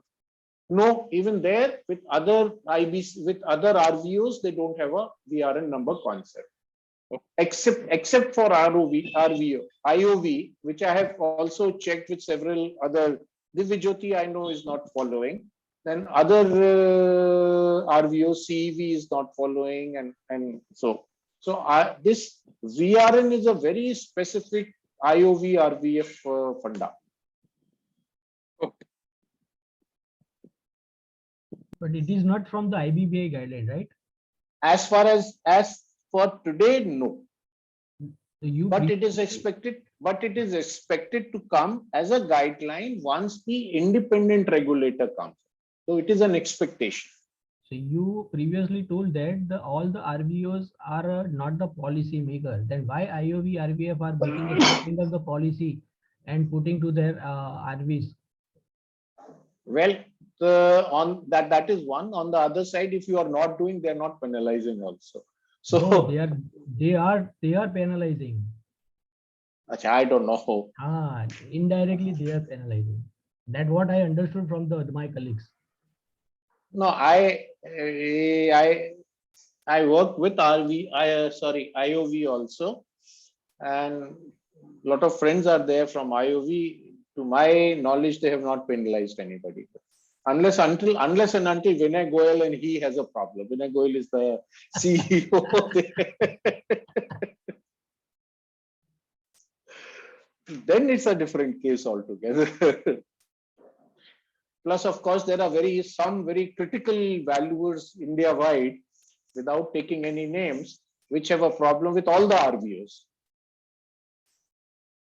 So somebody from Cal also is there, somebody from Mumbai is there, somebody from Noida is there, and so on.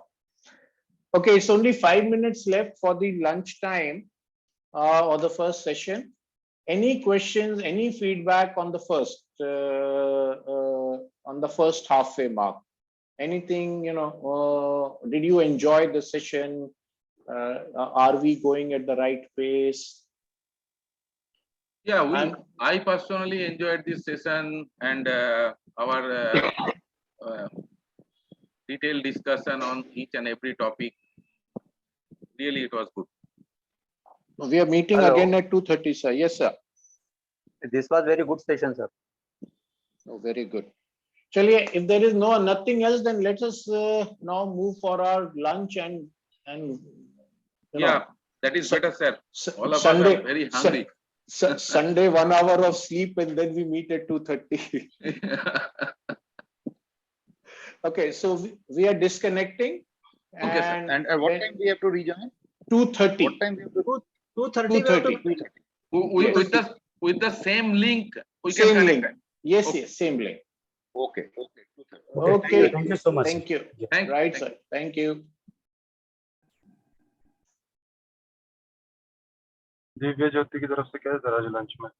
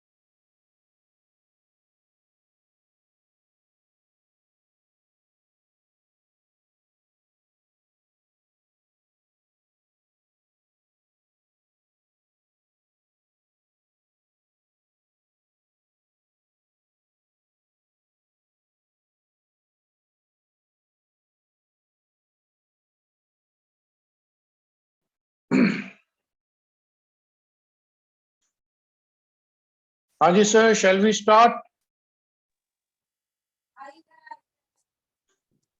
Please Yes, sir, start. please, please. Yes, sir, please start.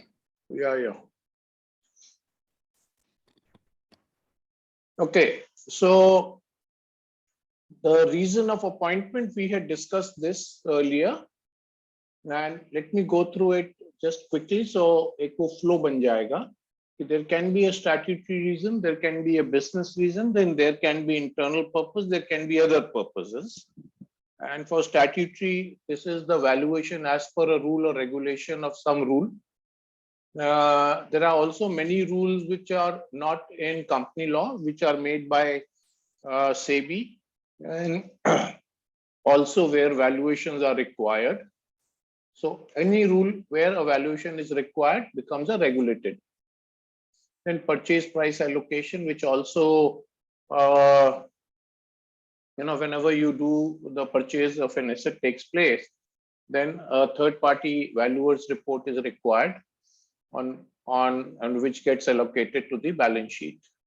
Impairment, as we know, is a sudden loss of value of an asset due to some accident or something like that. So whenever that happens, it is a statutory reason. So that valuation is required. Raising money from public, whether it is as a shares or is it a fixed deposit or anything. So there you require a valuer's report. Then you also, for insolvency, which is IBC cases, then business reasons, loans, and sale purchase. Interestingly, in developed economies, the valuation of physical asset is required every 3 years in case of a bank is there.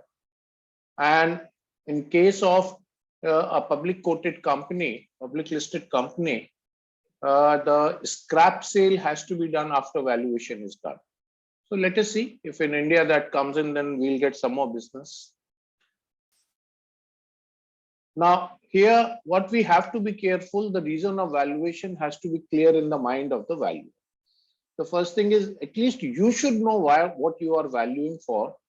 And in case we know as a valuer, if things are not clear in my mind, then we will not be able to give the right valuation. So if we are doing valuation on a replacement value for insurance, that will be totally different than for bank loan purposes. And that at least we should be clear as a valuer. And it is better to talk to appointing authority and understand the real reasons. So, 100% of the cases, except for IBC, we find that the real reasons are, it's only you come to know once you talk to people. So one value figure for different purpose is usually not possible. What it means is, suppose you are giving a value for bank loan and also for insurance and also for the sale or also for something else, it is definitely not possible. So for different type of values or different figures will come in. So we have to be careful about that part of it. And this again is, was seen in many cases. So it has come up here that this is one of the reasons of non-conformities. Now, approaches for valuations. Now, whenever we are doing a value, there are basic 3 approaches, but then, why do we take those approach? We as our experienced people, they're smart people, we know inherently what is the right and the correct approach. We look at the property, we find and we know very correctly, we have to use a cost approach or a market approach. Now, for example, in a plant and machinery, there's an old air conditioner for IBC, we'll have to take the scrap or the market approach. And in case there is a machine or a press which is 50-year-old, we will have to take the cost approach. So we know it very well what we have to do. But the client does not know. And the client can be, there can be several people using the report for the same purposes. Plus, why do we follow that approach? And why that approach is the best in the present condition?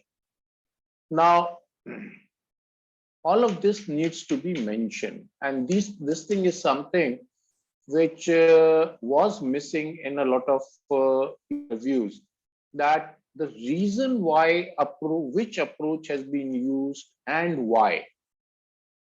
So that is another thing we have seen. Brand valuation approach will be different than the rent approach. Brand valuation will be done by typically SNF, and the rent approach will be done by land and building. And the smart people would know both the two. So which one to be used and why are you planning to do it? So this is one thing which also was not there in the report, very clean. So how to manage this is you make a standard write-up of different approaches. So you say, okay, there are three approaches of valuation, A, B, C, and then for each one of them, please do a standard write-up. Now, this is a common document and can be attached with every report. That is what we have done. So we have made that as a common document and we attach it. We just read it with every report in case there's some minor changes which are required to be done. Otherwise, we just attach it. And for this specific condition, value has selected an approach.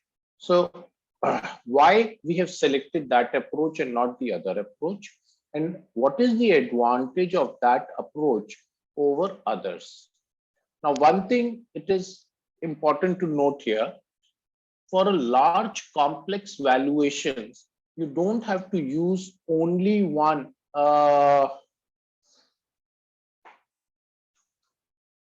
for large complex valuation, you don't have to use only one this thing. You don't have to use only one approach. Yeah, Mr. Madhosh, can I request you to please stop using the annotate?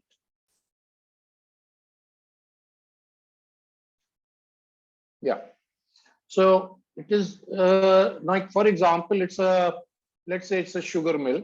Now, sugar mill will have, of course, specific to sugar. It will also have a bagasse plant. It will also have a power plant. It will also have vehicles. It will also have so many things. So you can't use only one approach for the total number of assets which are there.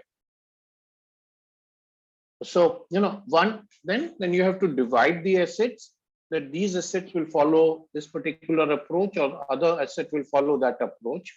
And only with that, we should be able to do it.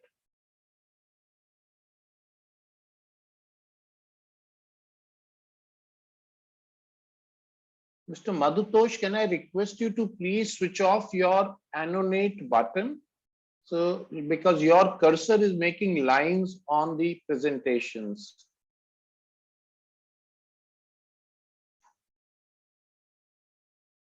So we can very clearly say which approach we are using for which type of assets. And, that's perfectly fine. The computers is one very interesting example.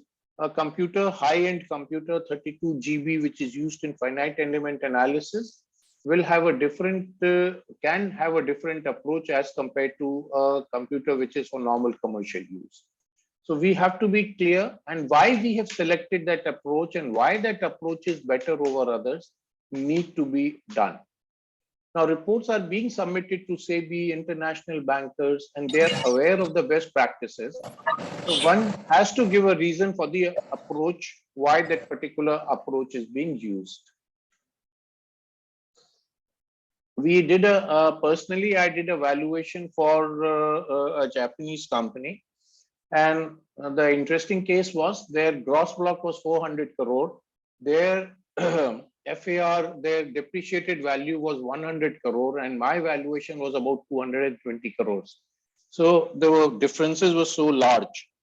And the local Indian person, he said, nothing doing, you have to be close to what we have put on our books, which I said is impossible. And then again, after I said, okay, you take my draft report, show it to your Japanese, and then we can talk further. There again, we went through the total detail on why we have taken that approach and what are the law, and I put the scanned copy of the law and so on. Yeah, it took about 10 odd days, and then we got the confirmation from Japan that yes, we can submit the report, it is fine. So going in detail is always an advantage. Another thing that the peer review has thrown up is, where did you get your information? Now, we all get information. As a property, you may get information from the local brokers. You may get information from the websites, Magic Breaks or whatever. As a plant and machinery valuers, we get bricks from India Mart and other websites, which is absolutely fine. There's nothing wrong with it. But please mention where you get the information from. Like for car valuation, we have so many websites.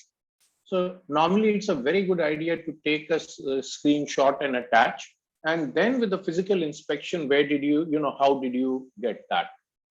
Same thing, when we are talking about, let us say, a brand valuations, then the chartered accountants or the SNF valuers, they have to look into the comparative data. They get data from the stock market or various other places. So you mentioned that. And normally the data will be from website, the stock market, other sources. So please mention it in the report. And if you don't mention in the report, then a doubt creeps in is whether the data that you are mentioning, is it genuine or it is not. So that is another issue which was highlighted by several RVOs, that where did you get the information is missing. Any questions so far? Any discussions required? Can you just suggest some other websites wherein you have just mentioned India Mart? Any other websites which can be of helpful in case of plant and machinery? Trade India, India Mart. Then the best, another way is there are several used equipment websites. And the only way you have to do is to search on the internet. Another way, Machine Seeker is there. Machine Seeker is there. Another thing to do it is, especially if the machines are very old, that you can look into the international websites from where you can get in old machine informations, and then you can do the approximate transportation cost and so on. See, the plant and machinery, the oldest machine I have got for valuation has been over 50-year-old. So you do all type of things. Plus, personally, I have done valuation for machine for a caustic soda plant which was set up in 1962. Now that company has gone bankrupt, the technology is useless, and the custom duty that time was 100 some percent. Now it is 12%. So all sort of things are there. So one way to look at it, it's a frustrating job.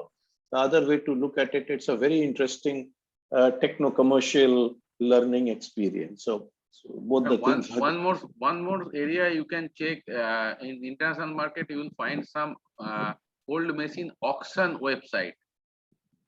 There also you can get some realistic value, at which value that is being traded. Okay. There's another website for construction equipment which is Richies. There's site Marta. So there are various websites. So which one you're talking about? Marta, MARTA, Marta, or something like that. Okay. Sir, but most of the websites, like in real estate, you will find a 15 to 20% higher asking price. So are you facing same issue in PM also? You see, for the real estate, the good thing is there are always brokers around who can do that whole thing. And the way things are moving on the real estate is that every property is getting geo-tagged. And with every geo-tagging, all the transactions are for a fee will become available on the websites. So the questions which are being asked today in the real estate world is, what will become of the profession of the retail valuation of real estate? So now these are so let's see how things go on. But yes, you are right that the asking price on the websites are much higher. And it's a very easy. You see on a residential property, on a residential property, you see two websites, and for the same property, you will find that the price they are quoting is so vast apart. And if you want to go and you want to sell your property, you don't even get 50% of it or whatever. Anyway, these are examples.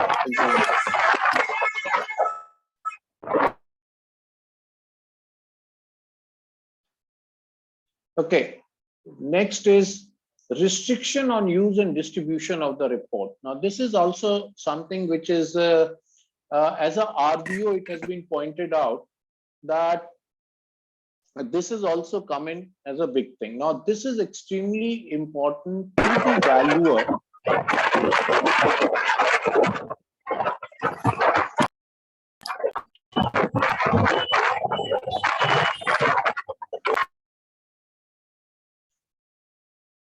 So this restriction on use and distribution is extremely important to the valuer for their own safety. Now we have the older valuers, anybody who has been doing valuation for 5 years plus, we see that they use this clause extremely judiciously, and they make sure this clause is used. So the valuation, basically the intention is the valuation will change for the use of asset. We know that valuation is done for the purpose as directed by the client. We know that usually it is for a single purpose. Yes, there are clients which approach us, give us valuation for bank also, for this also, for this also, which we tell them there will be 3 valuation and the fees of that will become in different manner. The type of report also may be different for different type of valuation. So like another, in one case, in a case of arbitration between parties, several properties were valued. The parties then gave the same report to the bank for loan purposes. So it's a very interesting case. This happened with one of the valuers we know very well. The valuation report was clearly marked for the purpose and for the purpose of arbitration for this purpose and like this. And bank did not accept the report and told the parties for another valid valuations. So it is always good to please put, it's just 1 or 2 lines, but please put it there. This is an issue highlighted by different RVOs on why which purpose and restriction of use. That's what it is. See, you can't stop distribution. It's very this thing. Another thing which has come on this is we have to give a hard copy, and we always keep a scanned copy with ourselves. Suppose the customer says, give me a scanned copy. Do we give him a scanned copy or we don't give him of the report? Normally, we give the scanned copy, soft scanned copy as a PDF, but it is a scanned copy of that report and not a soft copy as a scanned copy. So, that is what we do, and we think that we can't stop that.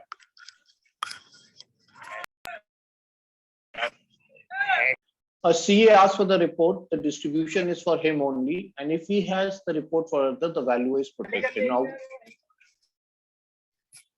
Now what it means is that a chartered accountant, he has asked for a report. Basically, he's asking a report for the client or something.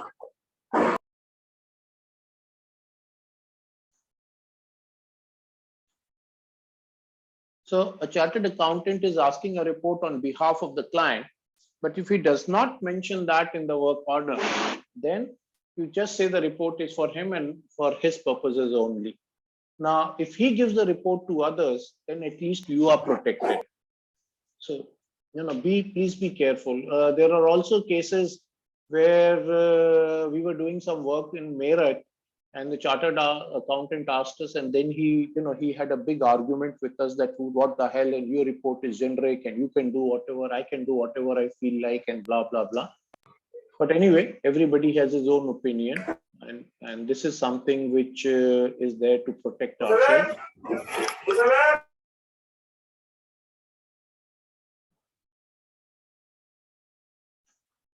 Okay, then additional pages have also been inserted by people in the report to make different use of the same. So this has also been seen in the market, that people or the client insert different more pages, and that is where the page number starts becoming important. The even better strict purpose is when each page is stamped and a small initial is put on each page. If it's a 20, 30, 40 page report, it can be done. So, those are things again, which to protect ourselves. Then the report has been circulated to third parties with no information and to the valuers or anything. And the parties have called the valuer that we have got your report like this and please confirm your value and how can you do like this and so on.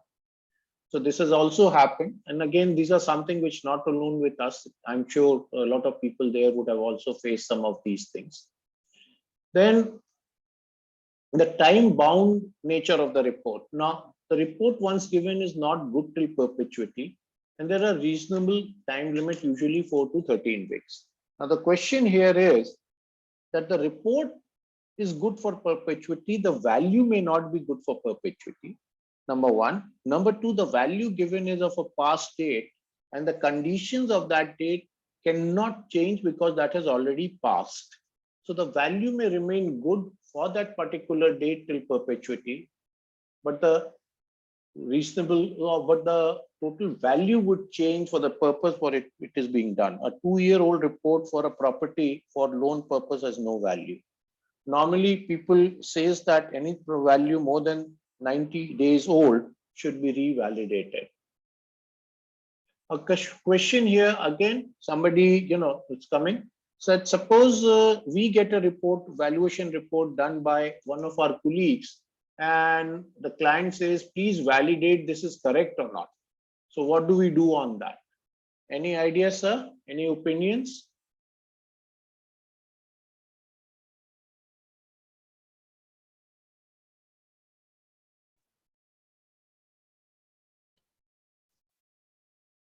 Sir, technically, we should not revalidate it. I'm ex-banker only. So many times what happens, after 3 months, I have seen many cases where they have demolished property. And based on that same report, bank has funded. Okay, so in my view, no one should, if after 90 days, if you are getting reports for revalidate, at least you should do a revisit. Okay. And there are n number of instances here. Okay, because I have spent 20 years with banks. N number of instances. So normally branch what does, they send valuer, they ask valuer to change date. Okay, but I will not recommend any valuer to do it. Okay, because such incidents we have faced in the past. Any other opinion?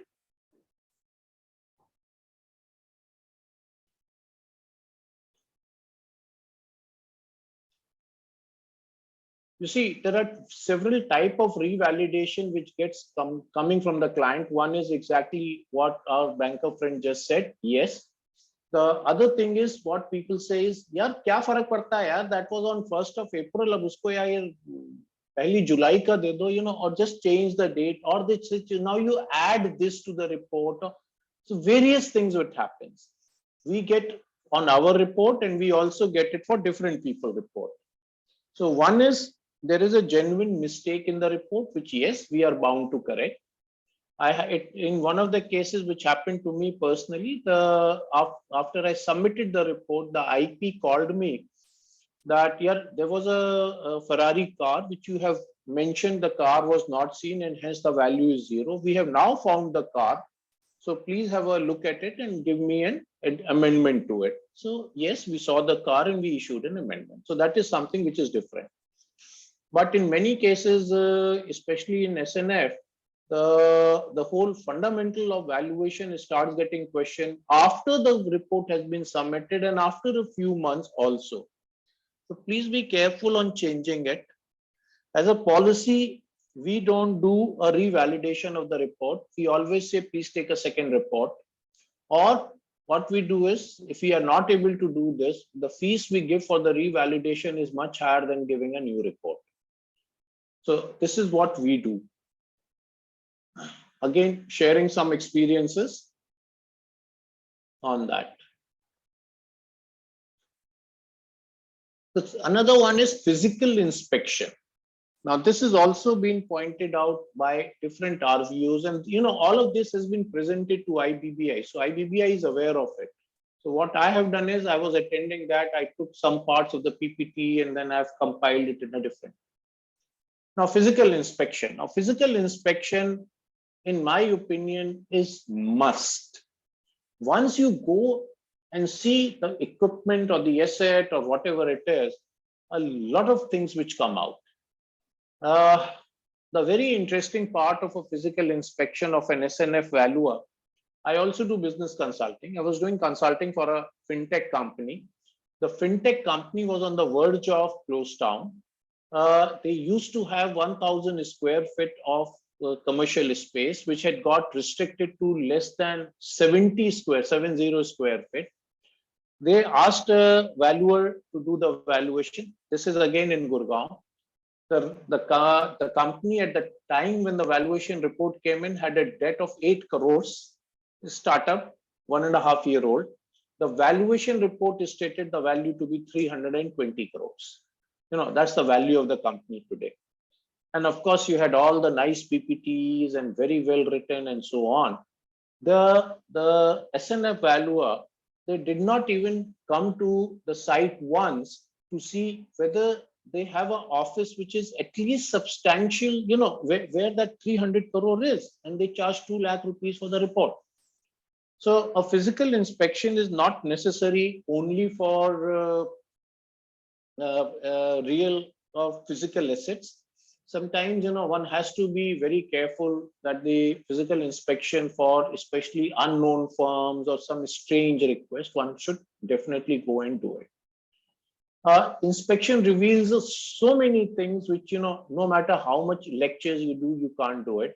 One visit to the company tells you all the things, just at the gate, whether who is standing at the gate and how does he treat you, and when you go inside, how the workers are working, and so many things they get revealed. One of the companies where they asked us to do valuation in Ludhiana, when we went there, we saw a Mercedes and a BMW parked outside. And when we went inside, the condition of the machines was super horrible. And there, the owners, the only thing they said, we want so much of rupees of valuation, you tell me what is the fees you want. So anyway, the only thing then we did in Ludhiana was to have beer and have some good chicken lunch and came back. So physical inspection is a must. It gives a fair judgment, gives the reasons of judgment. And all the people who have been doing physical inspection, I'm sure there is nothing we can add about it. So physical inspection has to be done. And once it is being reported, means there are cases which were found in peer review where physical inspection was not done. Now, these are some cases which has happened with me and my friends. Valuer, rice mill, we were told the mill is closed for annual maintenance and it will be open in next 1 week. A shutdown happened 2 years ago, and once we went back, once we asked them to start having a logbook for boiler and for different other operations where logbooks are mandatory, we could see the plant is closed for 6 months. So it's very easy when they talk to you, and then when you talk, and once you go there, if you talk to the gate, the person who's standing in the security, kitne din se factory band hai, kaisa chal raha hai, you get so much of information which helps you in valuation. In another one was a gear manufacturing unit. They refused for a physical inspection. They send us pics. Then we did a check on the properties and other things on the pics. There were digital pics taken over 12 months. So you give us a pic where you have taken the pic over 12 months, and then you tell us, this is a condition and you don't have to come, and Corona is there and all. We regretted the assignment. So sorry, we don't want to do it. the another case which a real estate property, actually the real estate physical inspection has got even more horrendous stories. Like in one case, the property papers sort of said that the area is so much, let's say 1,000 square meters, but it was actually far less. The whole floor was missing from there. So it's very interesting how people, the pictures are given by the bank were different and the property there was different. So all sort of things, they keep on happening.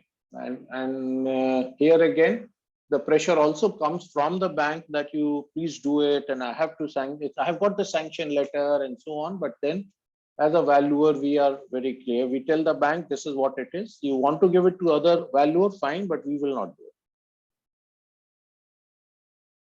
So please do not bypass physical inspection.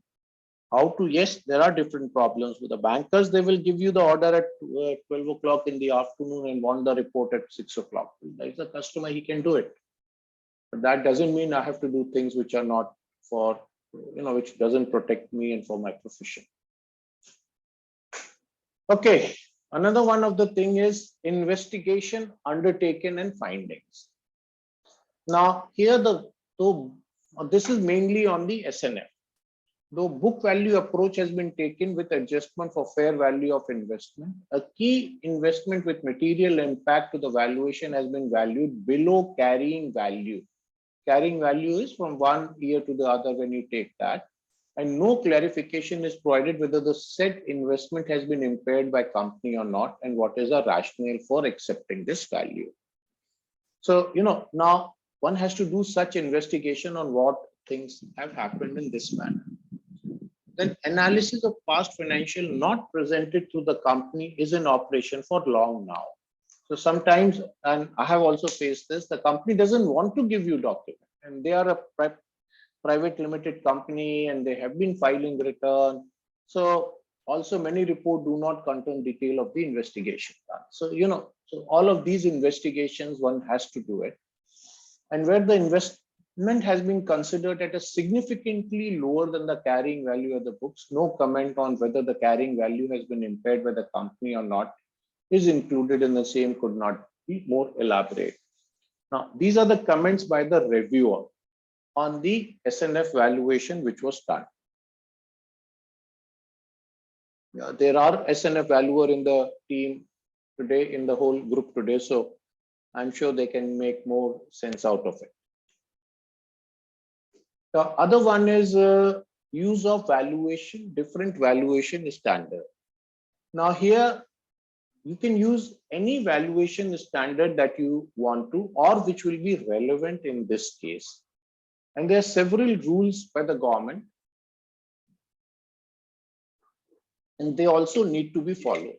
So in case you are using any other standard, then please mention that, like FEMA rules, like FEMA rule 11 UA of income tax, not specifically mentioned in some report, whereas that is what it was followed.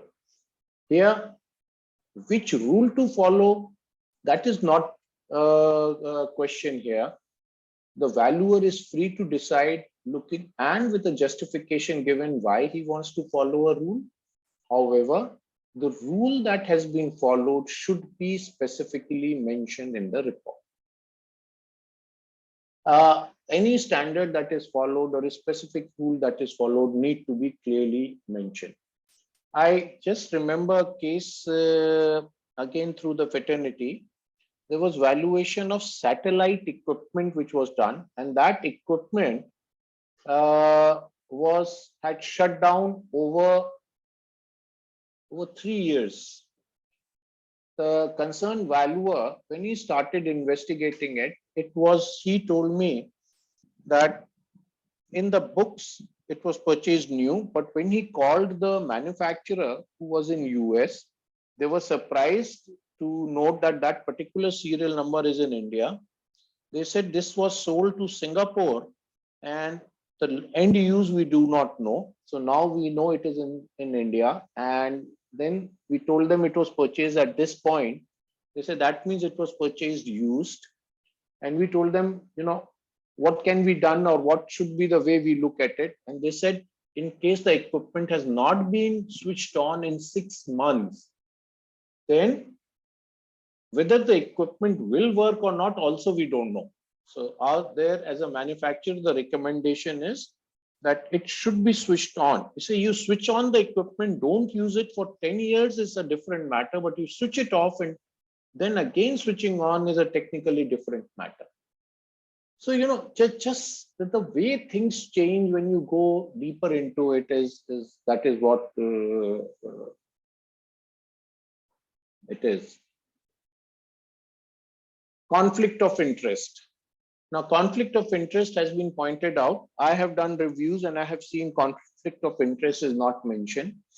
Personally, in my reports, I have a page. I have a page for date. I have a page for conflict of interest. It's one full page only written conflict of interest. And what I say is something like this: I hereby declare I do not have any business with the client or its representative or relevant relatives in any manner. I am also not, I've forgotten the word here, not related to the client in any manner.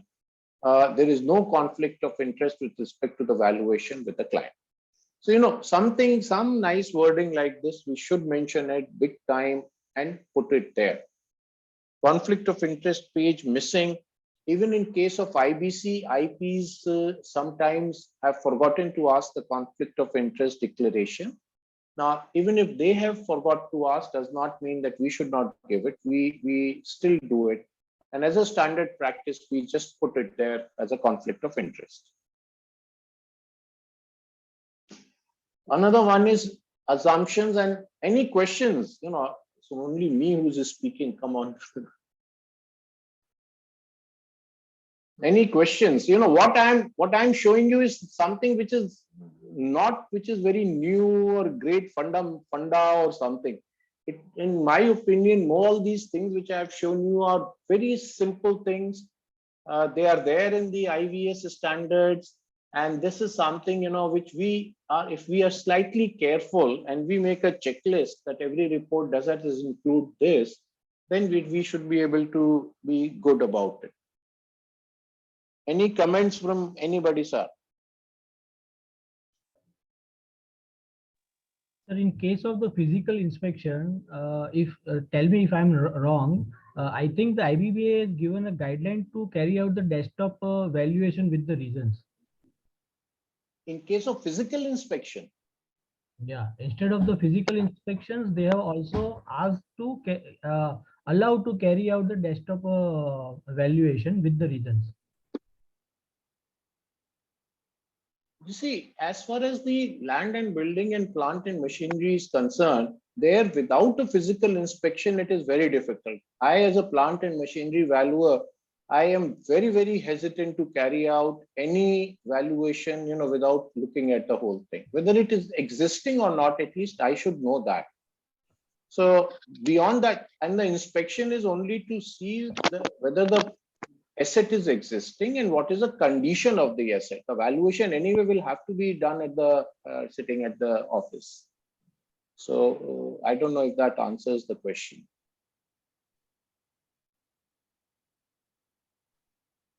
Similarly, my land and building friends, what they say is they are very particular that somebody has to go and physically see the site, even if they can't enter.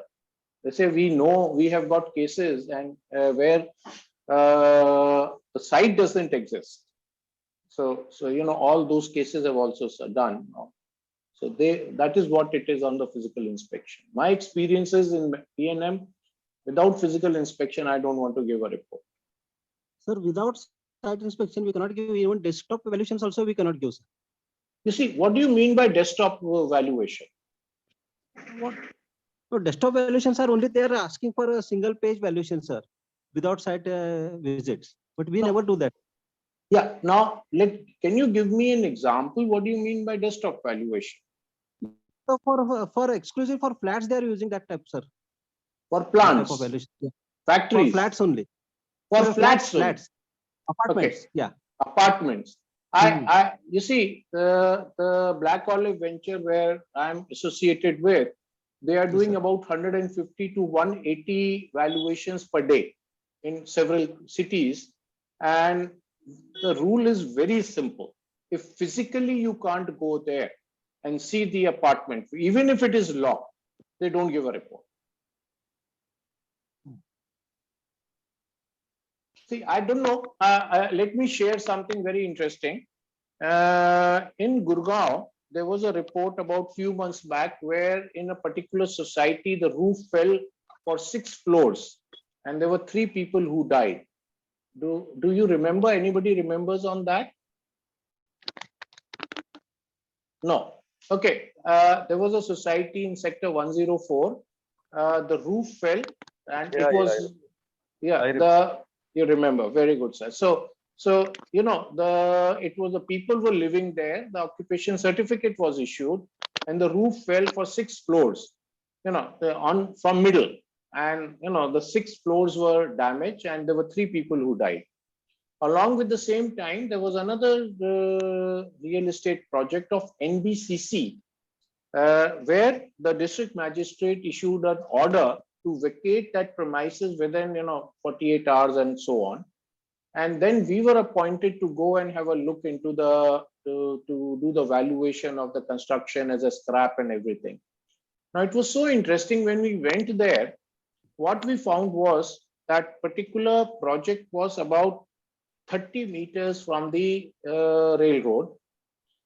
There was a sewer treatment plant about 50 meters, which of course had bad smell coming onto the project.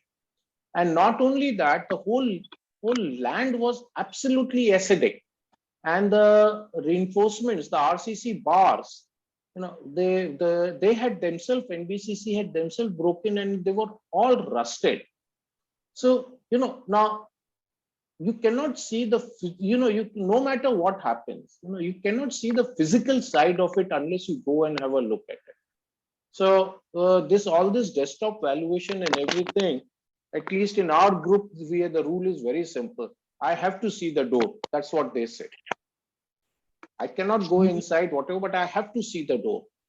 Sir, if you refer the guidelines published by IBPI dated 1st September 2020, where it is clearly mentioned in a point number 3.2, procedure involved in the preparation of the valuation report. I am just reading the same thing. Site visit in bracket external, internal or both, or desktop valuation. Any assumptions made for an internal condition must be stated, like in case of the desktop valuation. RV must state that the basis of the report is photographs and documents provided and secondary research only. This is the IBBI guideline published on 1st September 2020. Okay. So they are giving options to carry out the desktop valuation. Fair enough, you know, fair enough. But then it all depends. Still, once I sign the report, I can't shrug away the responsibility. Na? That's true, but I'm just telling that. Yes, the IBBA has given options to carry out this thing. Sir, can I correct it, sir? Maybe that was because of Corona. That time IBBI circulated that regulation. I don't know whether that is valid today or not. No, it is not a time bound. It is not a time bound. Such kind of the condition is not written there. Sir, can I? Can you, Mr. Ketan, can you just upload that reference number, circular number, something like that? It will be useful for all of us. It is some not circular number will be there, circular number and date. No, it is not a circular number. Just the title is that guideline on use of caveats, limitation and disclaimer by the register valuer in valuation report. This is dated 1st September 2020. Sir, can I correct something? So this caveats, RVOs had circulated to all the RVs. Now I remember. Sir, it is under the name of IBBI and address of IBBI. Yes. Now I remember. Yes. Yes, please. Sir, I want to correct one thing, sir. Yes, please. These desktop valuations are done only for APF, sir. APF files means advanced process files, which we are doing, sir, for a single project. When we give all the details, sir, then they ask for this desktop valuation, sir. Okay. In that case, the evaluation for that site visit is not compulsory, sir. Because the valuer knows the site, he knows how much flats are there, how much, what is the building plan, permission, everything he knows. And only for that particular flat, they ask for desktop valuation. Okay. In that case, this IBBI suggestion is good, sir. Okay. Also, in particular circular, they have given one point that the guideline shall come into force in respect of the valuation report in respect of the valuations completed by RVs on or after 1st October 2020.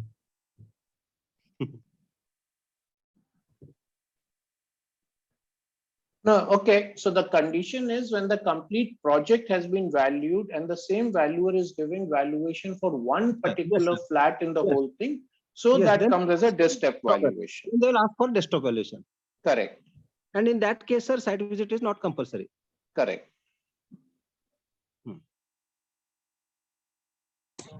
Yes, sir. Please continue. Okay.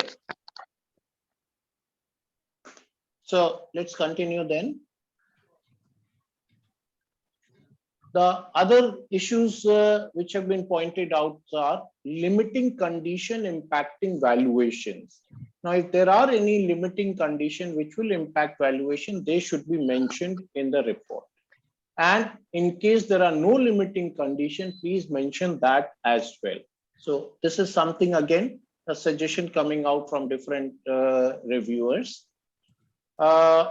Significant uncertainty impacting valuations. If there is any such condition, significant uncertainties, and then that has to be mentioned in any case, even if there is none on other.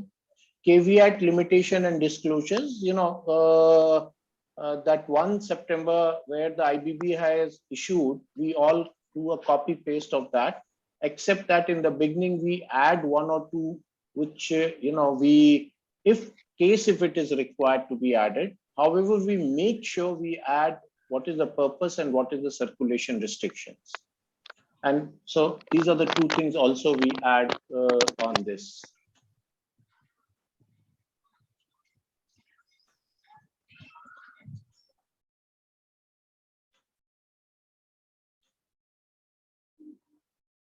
Other non-compliances found in peer review. So these are the other non-compliances which we have found. I request you to please go through rather than me reading it out. And then we'll put a few words on that. In assumption, it is written that the assets are valued in situ, whereas they were for liquidation. Only one line is written, no detail or process is mentioned.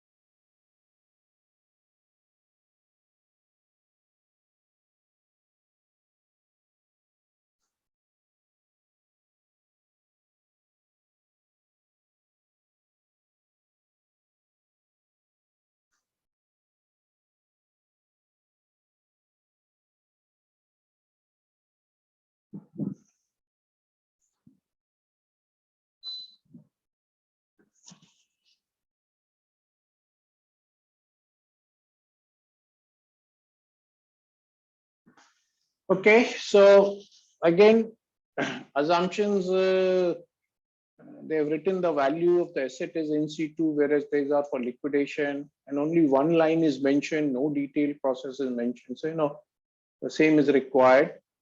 Another thing which we have found is that what is to be valued by who? Now, let us say in a factory, you have the fire system. Now, who will value it? Whether the land and building valuer, or will it be valued by plant and machinery?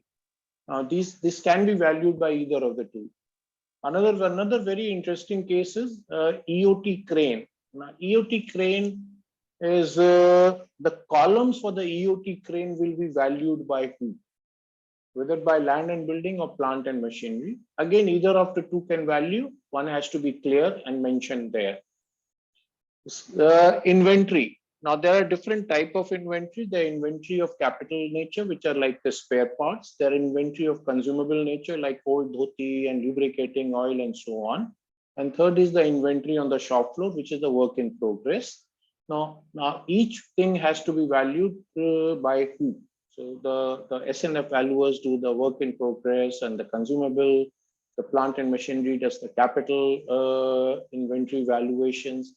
Now, all of these things, we need to be clear about it, and we should ensure that they are not double counted or they are not missed out. So whosoever is the next valuer, he may be part of our team, may not be part of the team. So that discussion is required with the other party, other valuer, so that we do not, double value or forget about. And the same thing that the value which we have done is a historic date. All historic condition at that point cannot change. So the validity of the report is not changed. The value remains the same even after 5-year, 10-year. So there is nothing like the validity of the report. But yes, if somebody says to revalidate the same, then that becomes a different thing, because then that becomes something like a new valuations.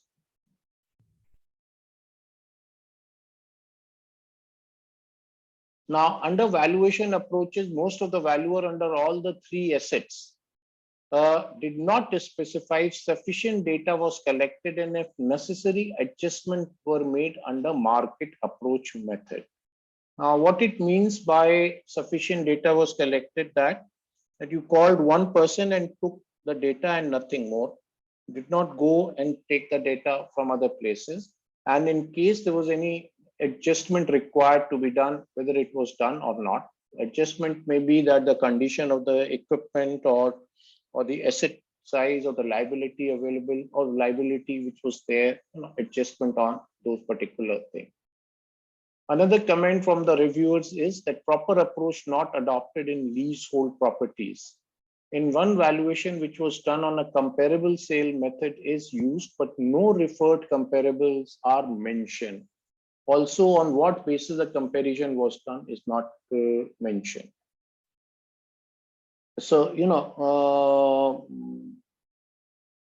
a leasehold property, whether it's a leasehold, even for in non-leasehold, how do you compare? And in leasehold property, especially if it is in a SEZ, there are even more issues, because the leasehold is there for 33 years and the lease cannot be transferred. So those issues are also there. In place like Kandla SEZ, every 5 years they re-auction the lease. So no, the person who is first is the property is not owned by the company, and as the auctions take place every 5 years, so we don't know the way how the whole thing goes about. So then you have to go through, how the whole thing is mentioned, the total tax collection, how much port is doing, and so on and so forth. While reviewing plant and machinery valuation report, the following deficiency observed was improper report headings. So even the report headings were not done properly. Details of investigation conducted for various machines were not provided, and technical specification of some machines were not provided. So this is again a comment coming in from the valuers. The technical specification means, suppose you say it's a press. So at least you can mention it's a 100-ton press or a 1,000-ton press. A 100-ton press would cost you about, let's say, 3 lakh rupees, and a 1,000-ton press will cost you 4 crore rupees. So some technical specification, there has to be something there. But sir, in case of the plant and machinery, such kind of the specification, if it is not mentioned in FAR or not mentioned in the label of that particular machine, it is very difficult for the valuer to judge that this is basically this much ton. Yeah, then how are you doing the valuation? So that is the reasons while we are asking at the time of taking the assignment, we are asking that provide the specifications or the technical details. because the owner must have all the details, or the banker must have all the details. Based on that only they have provided the loans. Okay, the way what you say is correct. Yes, that is the case, especially in case the plant is used plant or a machine is second-hand machines. Correct. The best way to go about, or the best way we go about it, is that we talk to the maintenance people. What is this? Not available. Sorry? In IBC cases, nobody is there. Maintenance people are not available. Yes, Yeah.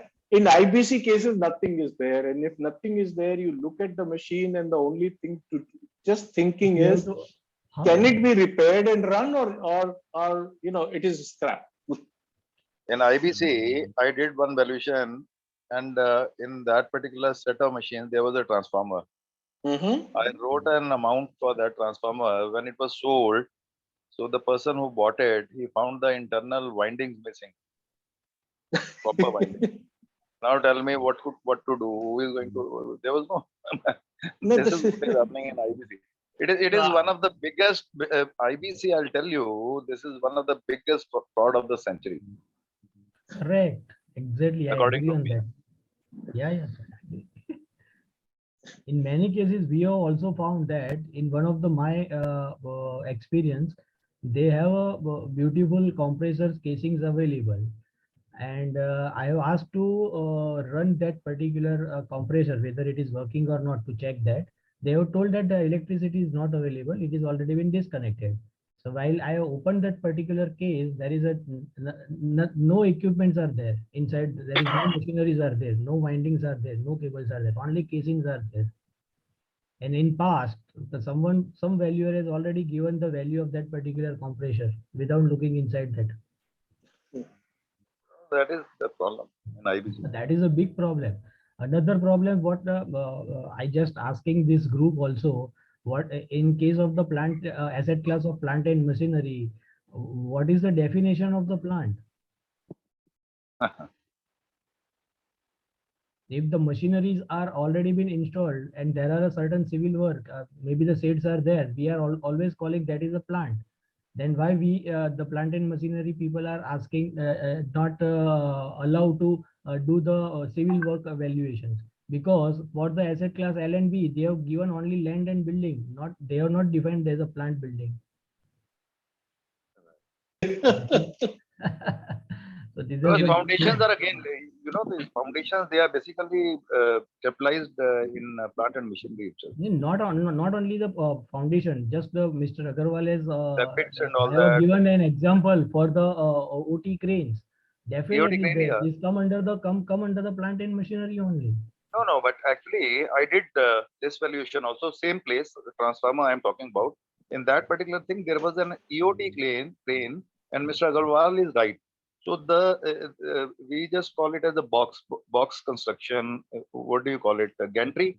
So gantry is there. So there were box construction. There were pillars, and they were a part of a shed.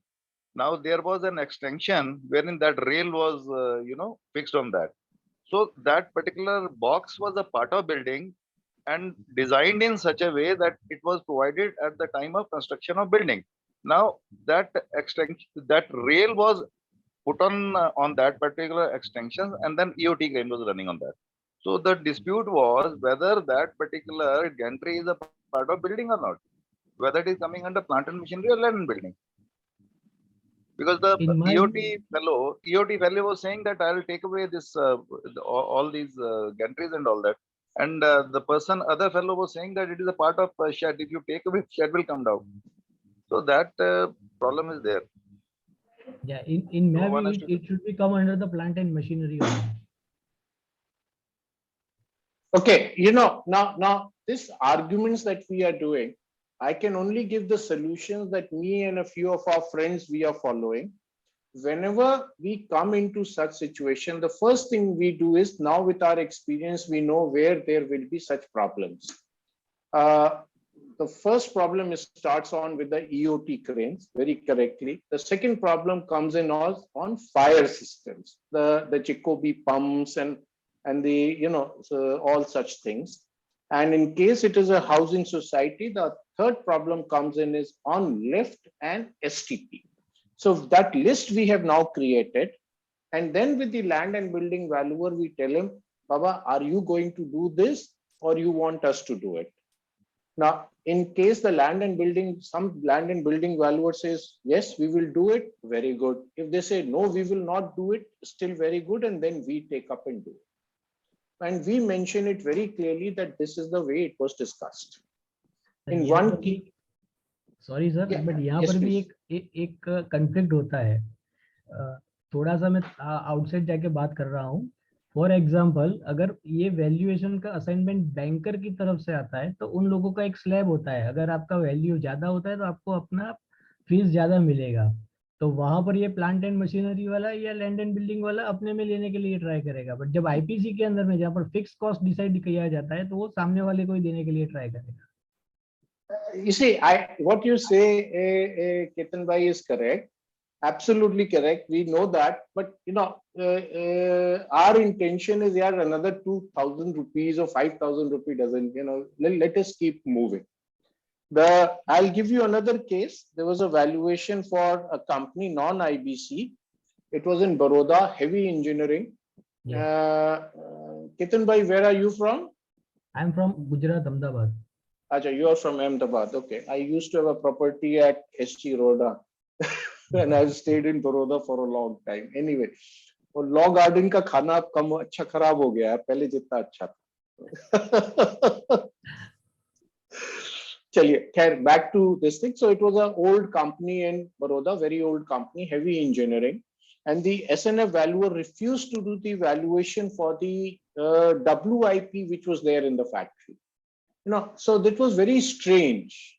So, when he refused, then the CFO asked me, sir, you are engineer, now what do we do? He said, don't worry, I'll do it. Don't worry on that. So I did the capital spares, I did the consumables, whatever was there.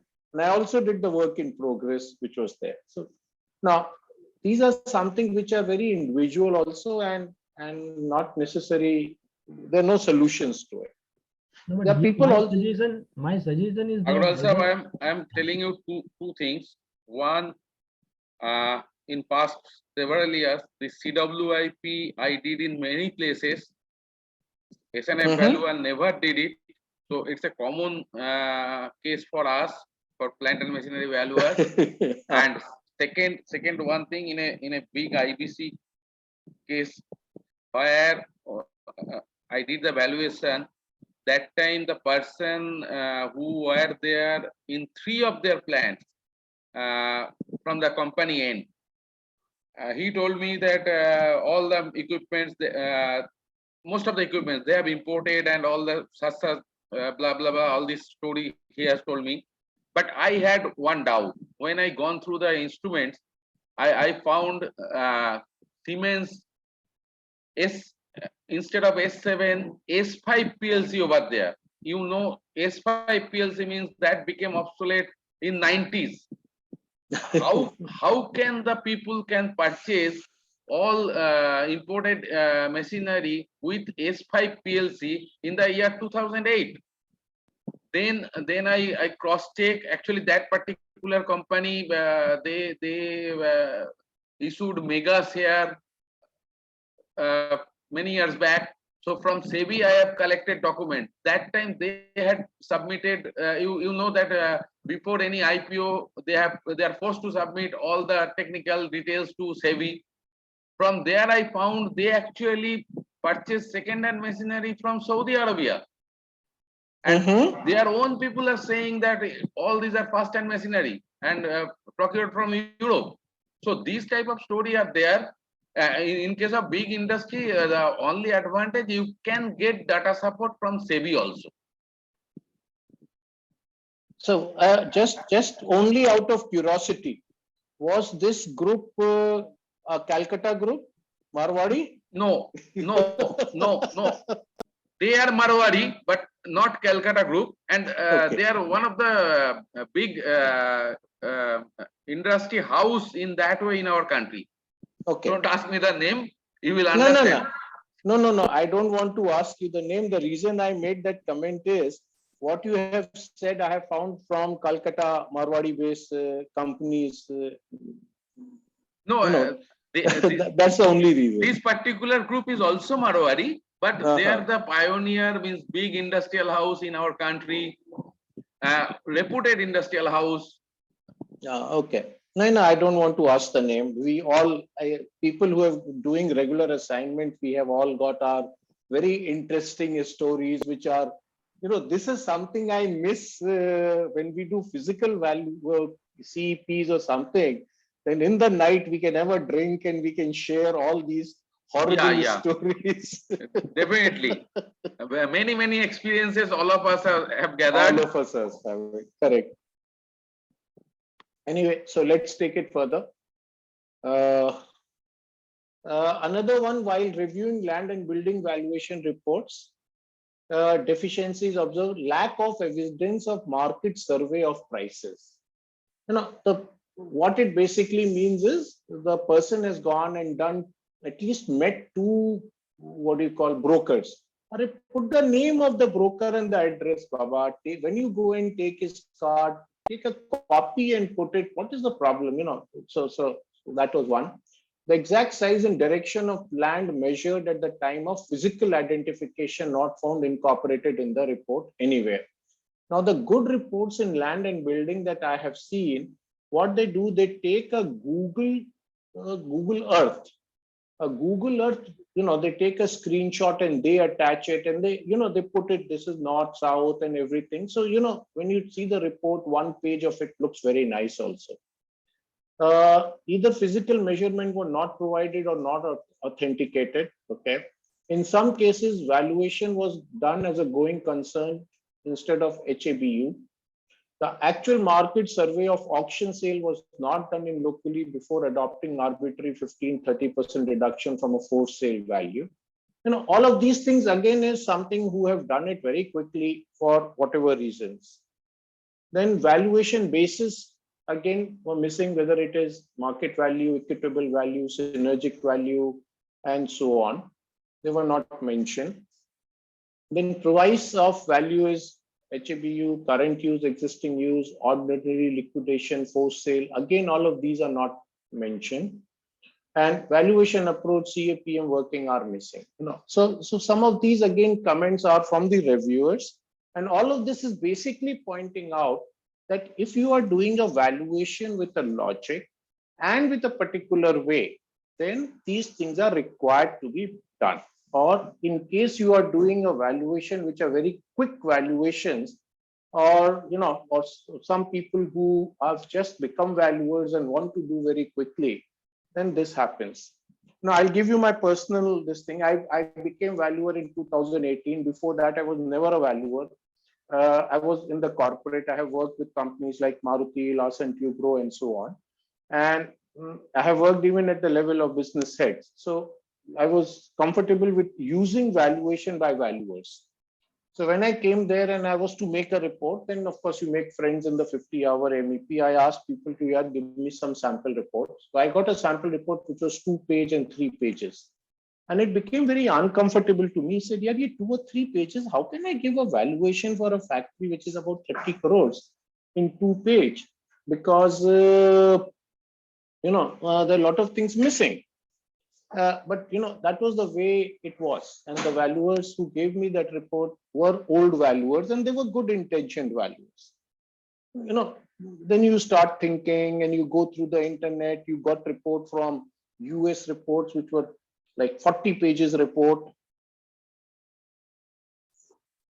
the workings and so on. Eventually, the way this profession I see evolving, and the good thing about me or the bad thing about me, I don't have prior experience of valuation. So is that things are changing and all of these things are, what we are seeing the review report.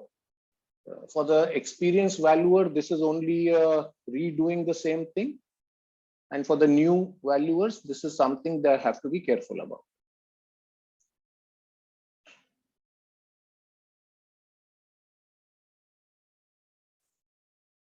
Valuation date. Financials are as on 9th June used for cost approach, and for income approach, it was considered 1st April. This was on SNF valuer.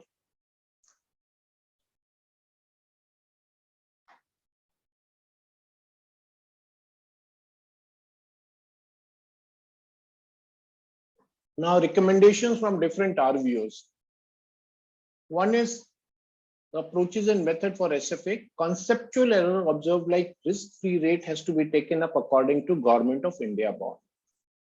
Provisional balance sheet balances must be adjusted in present value of the FCFF.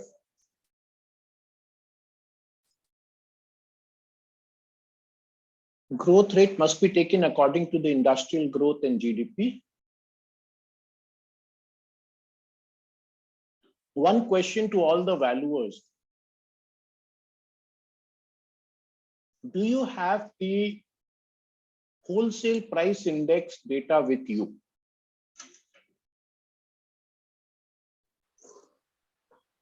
Yes. Yes, sir. From which year do you have it? The detailed, I'm talking that whole detailed long list, 650 items. 1992 or maybe even before that. I go for that eaindustry.nic.in, economic advisor. Yeah, you get it from Niti Aayog website, economic advisor, or you can also go from statistical department website. There are three places you can get it.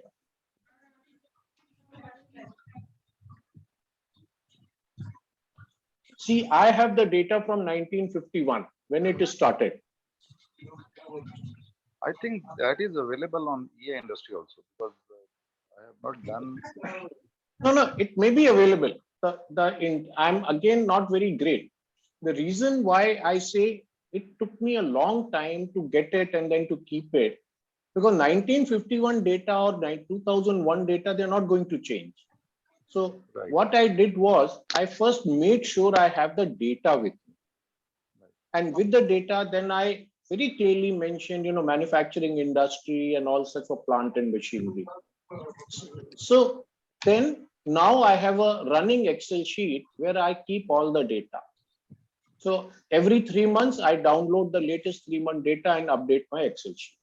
But these are very simple things which all valuers should do. Yeah.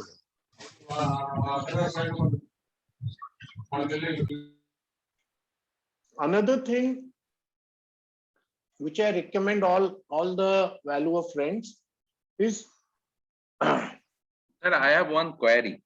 Yes, please. Even though all of us, we are using that WPI data, but from practical aspect, you just cross-check. Suppose I'm telling you, suppose one rolling mill, 4-eye rolling mill or 6-eye rolling mill. As because you have Maruti background, you will understand. If in that particular rolling mill, suppose Maruti procured in the year of 1990, and if you cross-check the real market value of today, and if you use WPI index on that Maruti procurement price, this value will differ from the today's market price. You cannot achieve that as a real replacement cost. Sir, with the wholesale price index, yeah, it is absolutely not related to the present price. Yes.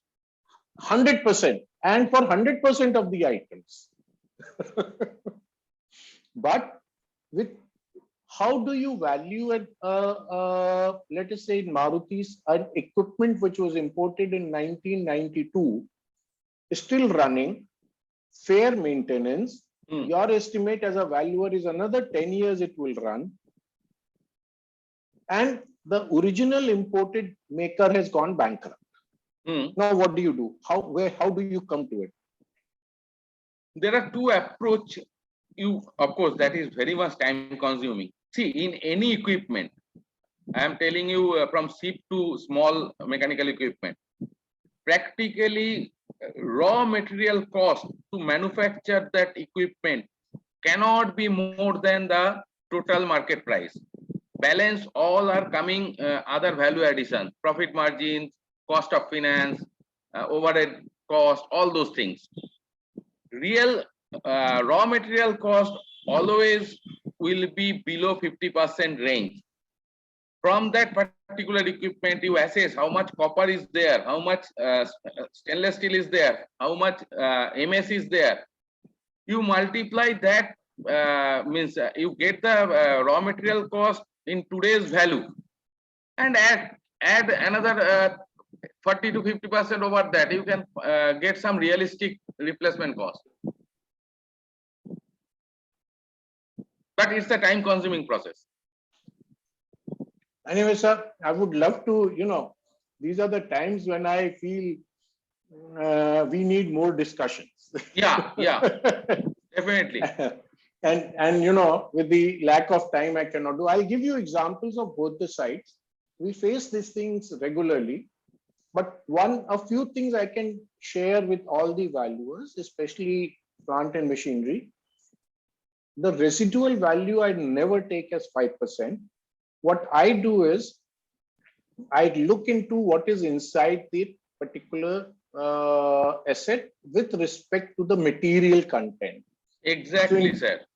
In case it is a compressor, it has a large amount of copper, so the residual value will tend to be higher.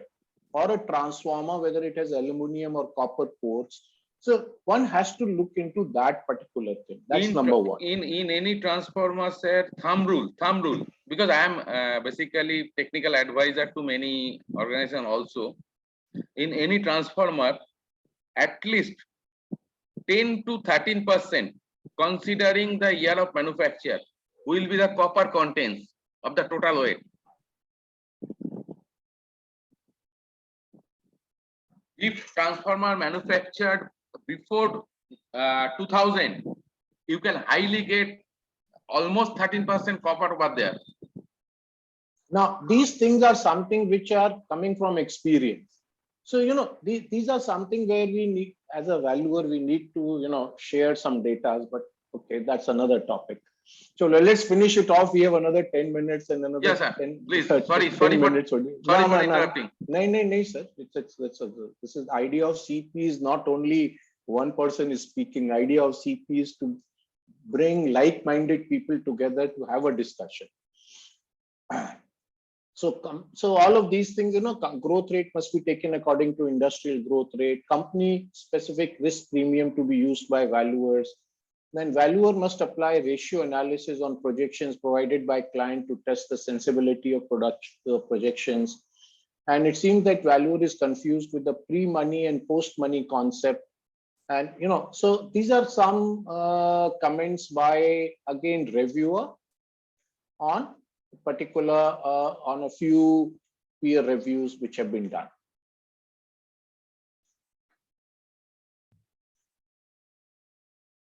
Then approaches and methods in NLB classes, conceptual errors like only one line is written, no detail of process is mentioned, detailed explanation is not there, reason of the same is also not required. So this is something which was also observed. Loading of 3%, but why was this done is not made clear. If any changes is there, it has to have a logic as per the IVS. So just put a loading of 3%, why? Then, as per the expert of LNB, the model must accompany proper explanation and the model must be explained in detail so that the user of the report must rely on the calculations done. Another part of it is no evidence of market survey sale comparison was found. Disclosure of other experts not forming part of the report. Compliance with valuation standard is not mentioned specifically. Reason to justify extent of liquidation discount applied not recorded. The title deed of property is not verified at registrar office. Now this is something where the valuer versus the legal part comes into picture. The RV has endeavored to visually identify land boundaries and dimensions. The RV, however, not a surveyor, thus there were no doubt about the precise position of the structure. And maybe a surveyor can maybe contacted. But today, with that laser distance checking tools, things can be done much faster. And the sale of subject property is assumed to be on cash basis. Financial arrangement cost could affect the price of the property based on the market. So again, some comments from one valuer about the other report, one reviewer, another one. SFA, the following were found to be missing. and should ideally form part of report. Economy and industrial analysis not provided in the reports. Assumptions and limitations were not justified and pertinent to the valuation in hand and did not cover points stipulated by IBBI like RV responsibility, value estimate.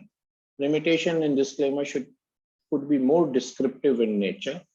And when the company's only owned subsidiary, valuation report does not mention the layers of shareholding. So these are some of the comments also which have come up.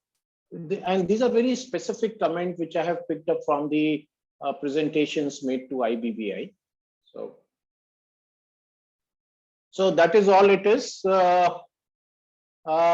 have another about 7 to 8 minutes, and anything where we can share some more experiences and some more things. Okay, let me first start by sharing one thing. In Gujarat, there is a bridge called Golden Bridge. It is on River Narmada. It was made in 1881. Yes, 142-year-old, still working. The cost of the bridge at that time was 46 lakh rupees. Assuming 10,000 tons of cast iron has gone into the bridge, what is the value of the bridge today? It's a railway bridge. The top side is road, the below side is railway. There is no income from the bridge because no tax or anything is used to, when you want to cross the bridge. I can't use the market approach because bridges are not sold in the market. Correct, sir? As per company law, if I take 60 years as the life, it is already 140-year-old. So 5%, if I take the value 42 lakh, 5% is 2 lakh rupees, and 10,000 tons of cast iron at 40 rupees itself is 40 crores. Scrap value on market approach basis. Sorry? Market value approach. can't. No, you can't. No, but market approach, salvage value. Salvage value, as per market inquiries, has to be initiated and dismantling cost has to be there. Instead of 40 rupees per ton, 40,000 rupees per ton, you consider roughly 35,000 rupees per ton because 5,000 rupees per ton will go towards dismantling. Okay, so the argument we are talking about is the cost of scrap. Yes. No, sir. It should be the antique value. No, the antique. For antique value, it is still working after 120 years. 141 years. 141 years. Yes. Similarly, the railway lines, the bridges made by the railways, the same cases are there. See, the importance of that bridge is that Maharaja of Baroda, Sayaji Rao, had created his own railway, which we see all over Gujarat today, the meter gauge, or smaller than meter also. And the Bombay was not connected to Baroda till that bridge was made. So there is a historic importance to the bridge. And when I talk to my railway friends, what they say is, we are not going to dismantle the bridge. And today, there are only scooters which are allowed to pass. Even cars have been stopped. So that is an antique value. But how do you decide that antique value? But there is no requirement of the valuation and nobody is going to sell and purchase. No, I agree. There is no requirement. But then as a concept, you see, when we teach this, then the reason I use this as an example is please don't go with 5% residual value or that the 60-year life. Or you see, one should remain far more flexible and look into the market conditions. One has to check what is the balance life with the existing conditions. That is the basic things. So then after you can understand. There are many things. You see, I had bought my first Maruti car. It was a Maruti van. I was employed in Maruti, was 74,000. After 6 years, I sold it for 80,000.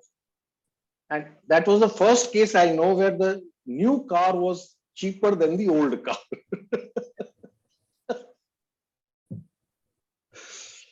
Anyway, so any more questions, any more suggestions, any more, how we could have made it better?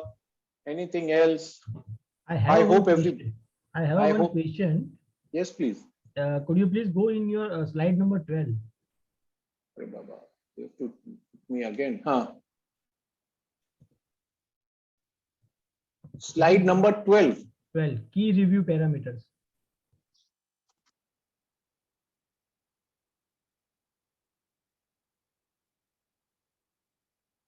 Yeah. Here you have mentioned the second last point that the Q review parameters, the fee received. Could you please give me the importance and the logic of this? I have no idea. You know, but when I give my report, I attach the work order copy in the report itself as one of the annexures.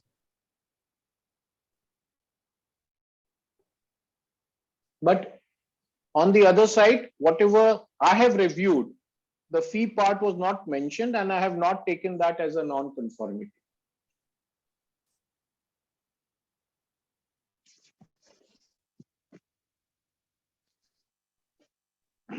So here, you know, most of the things which I have shown here, they are coming from the presentation made by all the RVOs to IBBI, where I was a party to it as an audience.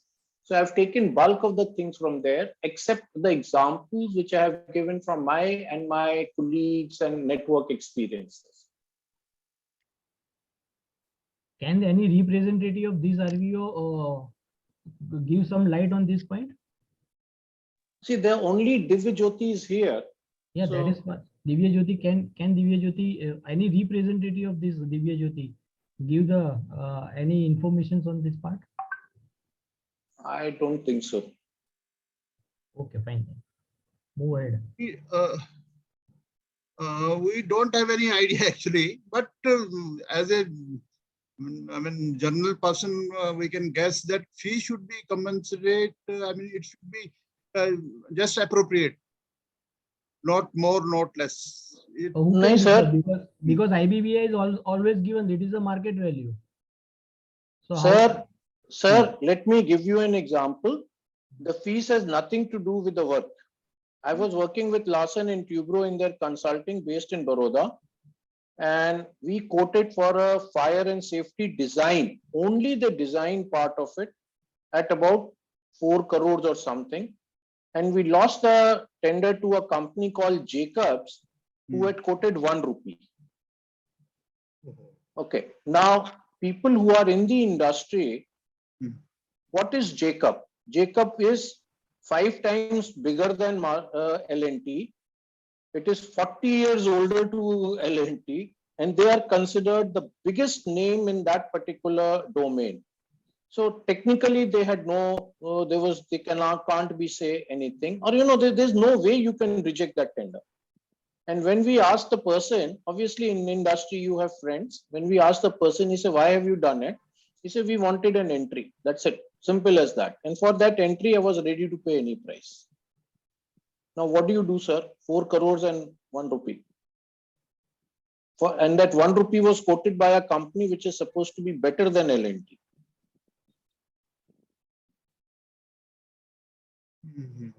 Maybe in future we have some insight as to why this point is given here. We will, whenever we get an opportunity, we'll have an idea about this. Yeah, because whatever peer review I have done, I have not given cognizance to the fees part of it, because fees is something which is purely between the client and the valuer. It is nothing to do, and the peer review is more into the procedure aspects and whether the right processes were followed in doing the valuation. That's the way I look at it. Correct, sir. But if they have charged 1 rupee, on the face of it, it looks inappropriate. Anything which is no. Sir, Why should it look inappropriate? After 40 years in industry, they why have not one done rupee, single assignments with L&T. They just wanted the entry, no, sir. For that After 40 years. After 40 years in the same industry. It is not that actually they are a multinational company operated in India in that way. In India, they are not that old. But internationally, they are well-recognized organization. Yes, Sir, yes. in They that wanted, case, I have sir, my own opinion. that is the issue, sir. They wanted entry in India. Yes, Yeah, that's if it. they want to enter in India, then it's fine. Otherwise, after 14 years and 40 years They in wanted India, entry. They wanted they are entry. charging 1 Yes. rupee. And it Sir, is surprising. sir, I have my own opinion. They should have been marked as free credits and banned from the quoting next time. So that is These a were free very credits. These were free credits. no. See, that was ONGC, and then the company was world #1, Jacobs. So what they did was What about Navy, sir? When they are quoting instead of one is quoting 4 crore, other one is quoting 1 rupee. That is a free credit. No, it is not a free case. We have got tenders. We quoted, let us say in a particular tender, we quoted 51,000 as L1, and the next was 2 lakhs. So we misjudged the whole thing. And question at that time was, do we leave the tender or we do it at a lower price? No, the intention was not to quote low. The intention was to quote right. That's all. But we misjudged the total work and we quoted low. We came to know only, when they called us for a presentation, that are you fit enough to do the valuation? These things quite frequently happen in India. I quoted for a PSU valuation of assets for 23 lakhs. I was L2, L1 was 1.5 lakhs. Now the reason I'll tell you, because that fellow was doing valuation for the last 3 years or 4 years. So he has to just go in for some kind of addition and he has to just complete the job. And I was the first person who was going to do it for the first time, and there was a mention of visit also. These things quite frequently happen in India. All business game, not a profession.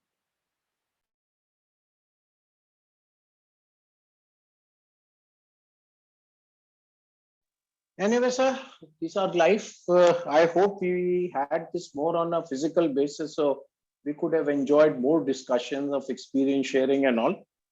So anything else we do, or shall we now close out?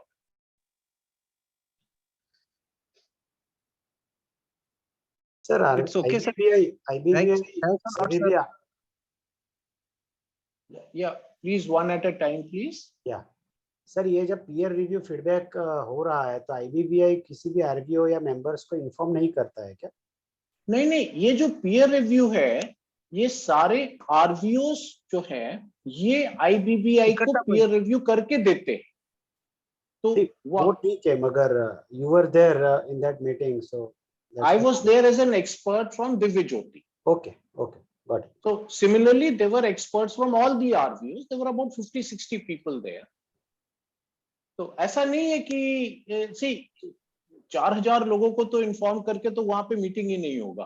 नहीं, at least अभी online है, so online platform is available, so people will come to know what other RVOs have observed and नहीं, इसके अंदर में going on. नहीं, जो भी उनको प्रेजेंटेशन भी किया था वो आरवीओ वाइज नहीं था. वो एक पर्टिकुलर आरवीओ ने सबका डेटा लेके कंपाइल करके दिया था.